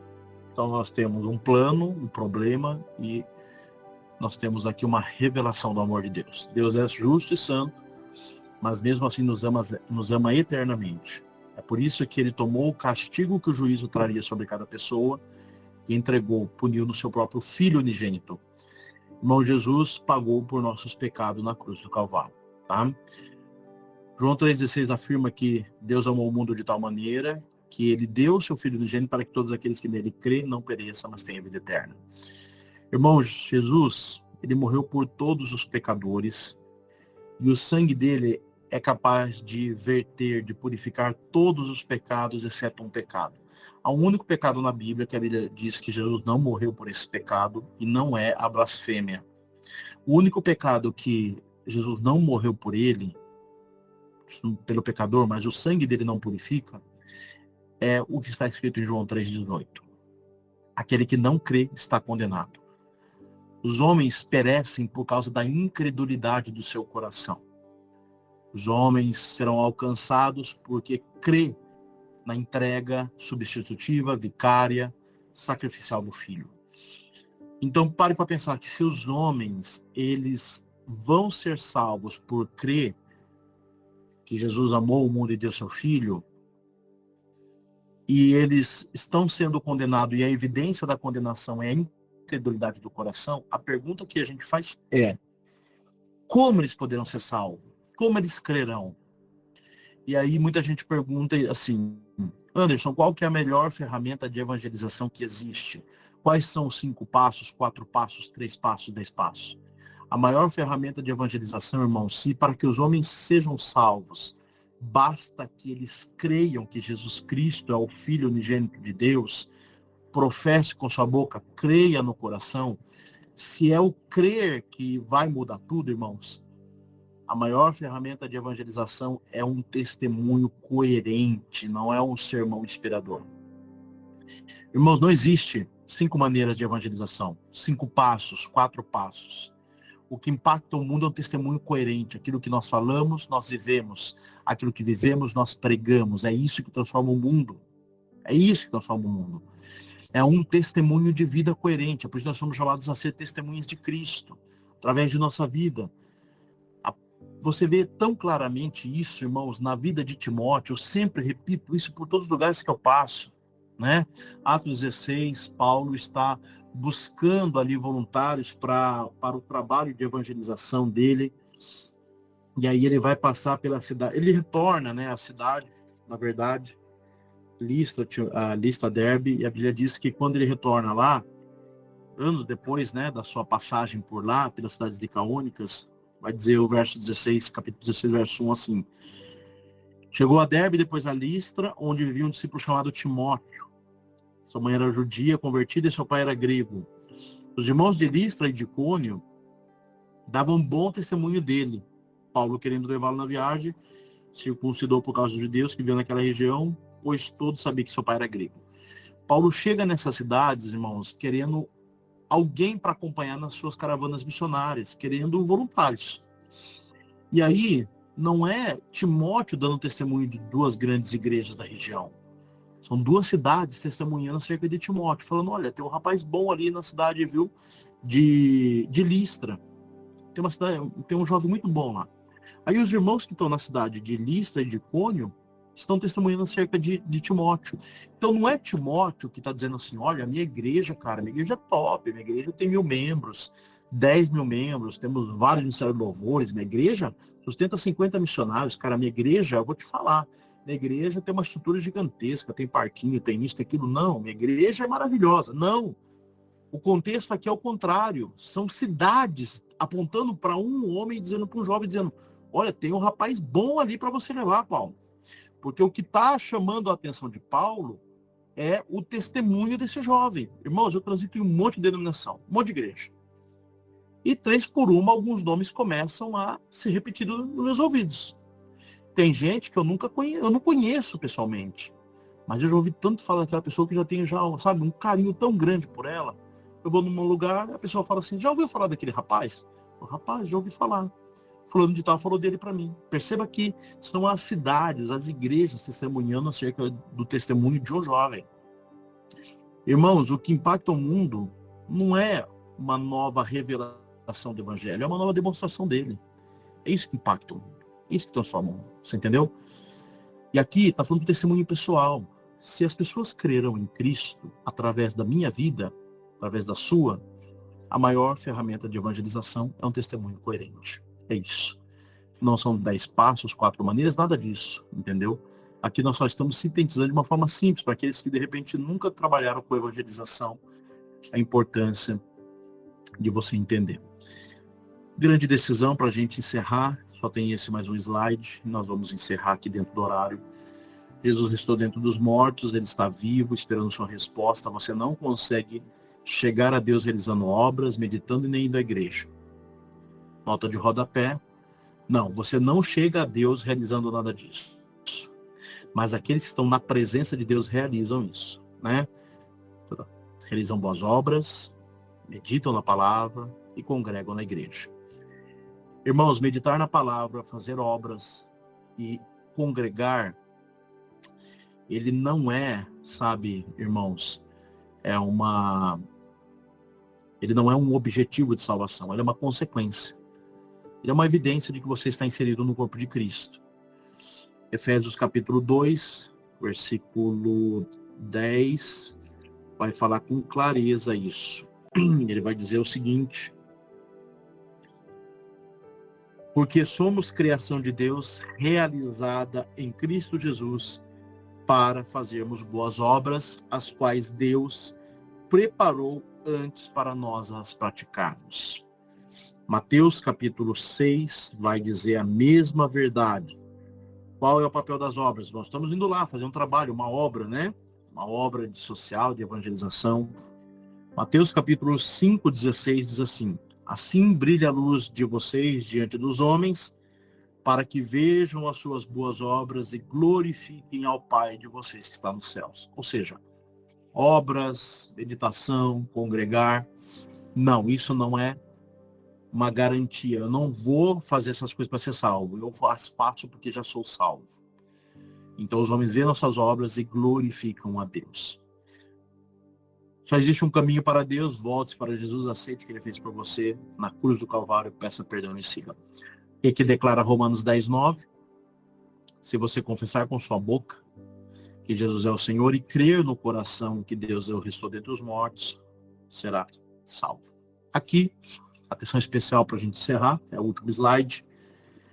À noite nós estaremos no culto público. Deus permitindo, o pastor Caio vai pregar lá, no culto público à noite. Que Deus use ele com poder e graça. Interceda, irmãos, pela vida do pastor Caio. Ele será o preletor dessa cruzada, né? Para a glória de Deus. E nós precisamos interceder pela vida dele para que Deus coloque a palavra na boca dele, para que quando ele pregar, irmãos, os corações se derretam diante do poder de Deus. E o culto público à noite, irmãos, seja o infantil, seja o trabalho na praça, todos nós como equipe precisamos ficar profundamente atentos ao que está acontecendo. Irmãos, nós não devemos ficar em grupinhos paralelos, tá? Todos nós precisamos ficar o quê? Dispersos entre a população, tá bom? Então você vai ficar dispersos, né? Ao lado de pessoas que você convidou, abrace as pessoas, recebam todas as pessoas que chegar, você abraça, oferece a cadeira, todas as cadeiras lá, irmãos, não é para nós, é para os nossos convidados, tá bom? Então chame as pessoas. Se de repente uma pessoa tá sozinha, você quer sentar do lado dela, não tem problema, sente-se. A hora que encher, você bota alguém do lado dela, entendeu? Sente-se, você tá do seu lado aqui rapidinho e tal, vem cá, tá enchendo, viu? Senta no meu lugar aqui e bota aquela pessoa do lado dela e deu. Então assim, o culto público, irmãos, é necessário máxima atenção nossa. Nós vamos ter várias coisas lá. Teremos a apresentação, teremos lá os louvores, temos teatro, pirofagia, vai ter um monte de coisa lá no culto público. É um culto rápido e focado na evangelização. Mas nós precisamos estar atentos. Nós estamos indo lá, irmãos, todos com a diaconia no coração. Diaconia. Nós vamos festejar, nós vamos, sabe, irmãos, pular, entendeu? Vai ser uma festa maravilhosa. Mas nós precisamos estar atento. Pedir para vocês, né, durante a palavra, máxima de atenção, de reverência, né, observando o culto, observando, né, a semeadura. Então todos devem ficar dispersos, sejam cordatos, sejam receptivos, entendeu? Receptivos para o culto à noite. Seja bem-vindo, é uma alegria ter você aqui conosco. Que bom que você veio. Se você lembra da pessoa, fisionomia, sabe, irmãos? Um abraço já quebra qualquer cara fechada, irmão. Já chega já abraçando, entendeu? Olha que alegria, vem cá, separei um lugar, né? Para você aqui. Verdade, Bruno. É muito gostoso, irmão. Quando você chega, fala com uma pessoa, aquela pessoa reconhece você já chama ela, bota num lugar lá de honra, entendeu? Queremos muito você aqui. Tá bom? Então, esse é um momento especial. Jamais ficar em grupo muito grande ou rodinhas paralelas. É muito triste, irmão, da coordenação, ou quando você está lá em cima, sabe, pregando, ou até mesmo administrando o culto todo ali, irmãos. Atenção ao máximo. Ali é a conclusão de tudo, você entendeu? Aí tem um grupinho lá, um outro aqui, um lá no bar tomando coca, você entendeu? Irmãos, eu dei autoridade para a diaconia, nós estamos com um grupo de diácono, eu dei autoridade para todos para chamar a atenção. Entendeu, irmãos? É um momento crucial. Irmãos, no encerramento, vai ser aquela festa que é todo ano. Acabou, aquela alegria, todo mundo pula, entendeu? E joga água, e é aquela festa toda. Mas no momento do culto, da palavra, irmãos, as pessoas estão olhando para nós. E nós estamos identificados em massa. Se cada um conversar, todo mundo fala assim, poxa, mas nem o povo está prestando atenção. Então é importante você, com amor e cuidado, você vê alguém, irmão, vamos prestar atenção no culto, né? É um momento especial agora, importante. Sabe, irmãos? Não quero que ninguém distrate nenhum voluntário. Não quero, irmãos. Mas tem pessoas, lógico, na euforia, às vezes ultrapassa algumas coisas e nem percebe, viu? Nem percebe. Então você tem, sabe, chame lá um obreiro, os diáconos que estarão lá, né? Com o Wagner, para ser orientado. Então, jamais fique em rodinha muito grande, né? Sempre atento. Outra coisa, irmãos, vai ser feito o apelo. Todos os voluntários precisam estar olhando para a população. Atento. Pessoa, eu estava, né, em São Bernardo do Campo, acho que o pessoal deve, hoje eles não tem culto, eles não estão acompanhando você depois aqui na live, né, na gravação. Eu preguei a palavra lá, e aí, irmãos, Isso, no fim rola o trenzinho e tudo mais. Aí, irmãos, eu estava pregando a palavra ali, o pastor pediu para fazer o apelo, irmãos, e Deus na hora comunicou no meu coração sobre uma jovem que estava do meu lado esquerdo. E eu fiz o apelo. Eu insisti no apelo. E de repente ela começou a chorar lá. Chorar, chorar, chorar, entendeu? E ela resistindo. Eu fiz o apelo para vir. E eu pedi para que um dos irmãos e uma irmã rapidamente percebeu e se aproximou. Entendeu? Disse para ela se ela queria acompanhar até o púlpito, ela não quis. Depois o pastor foi lá por ela, o pastor Rogério, se não fala a memória, ela até ficou possessa essa menina. Mas ali, eu estava ali, irmãos, e Deus, precisando de Deus falando no coração sobre ela.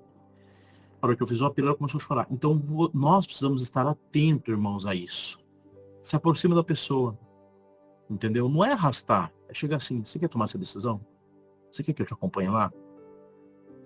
Chega na pessoa, abraça a pessoa.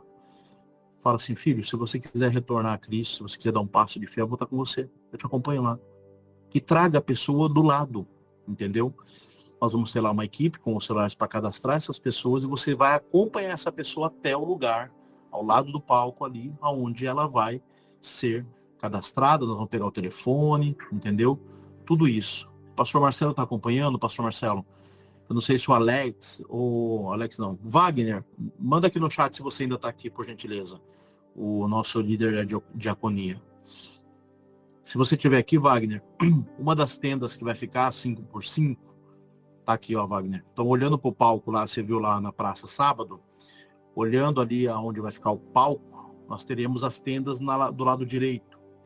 Eu vou pedir para você preparar uma equipe com os celulares.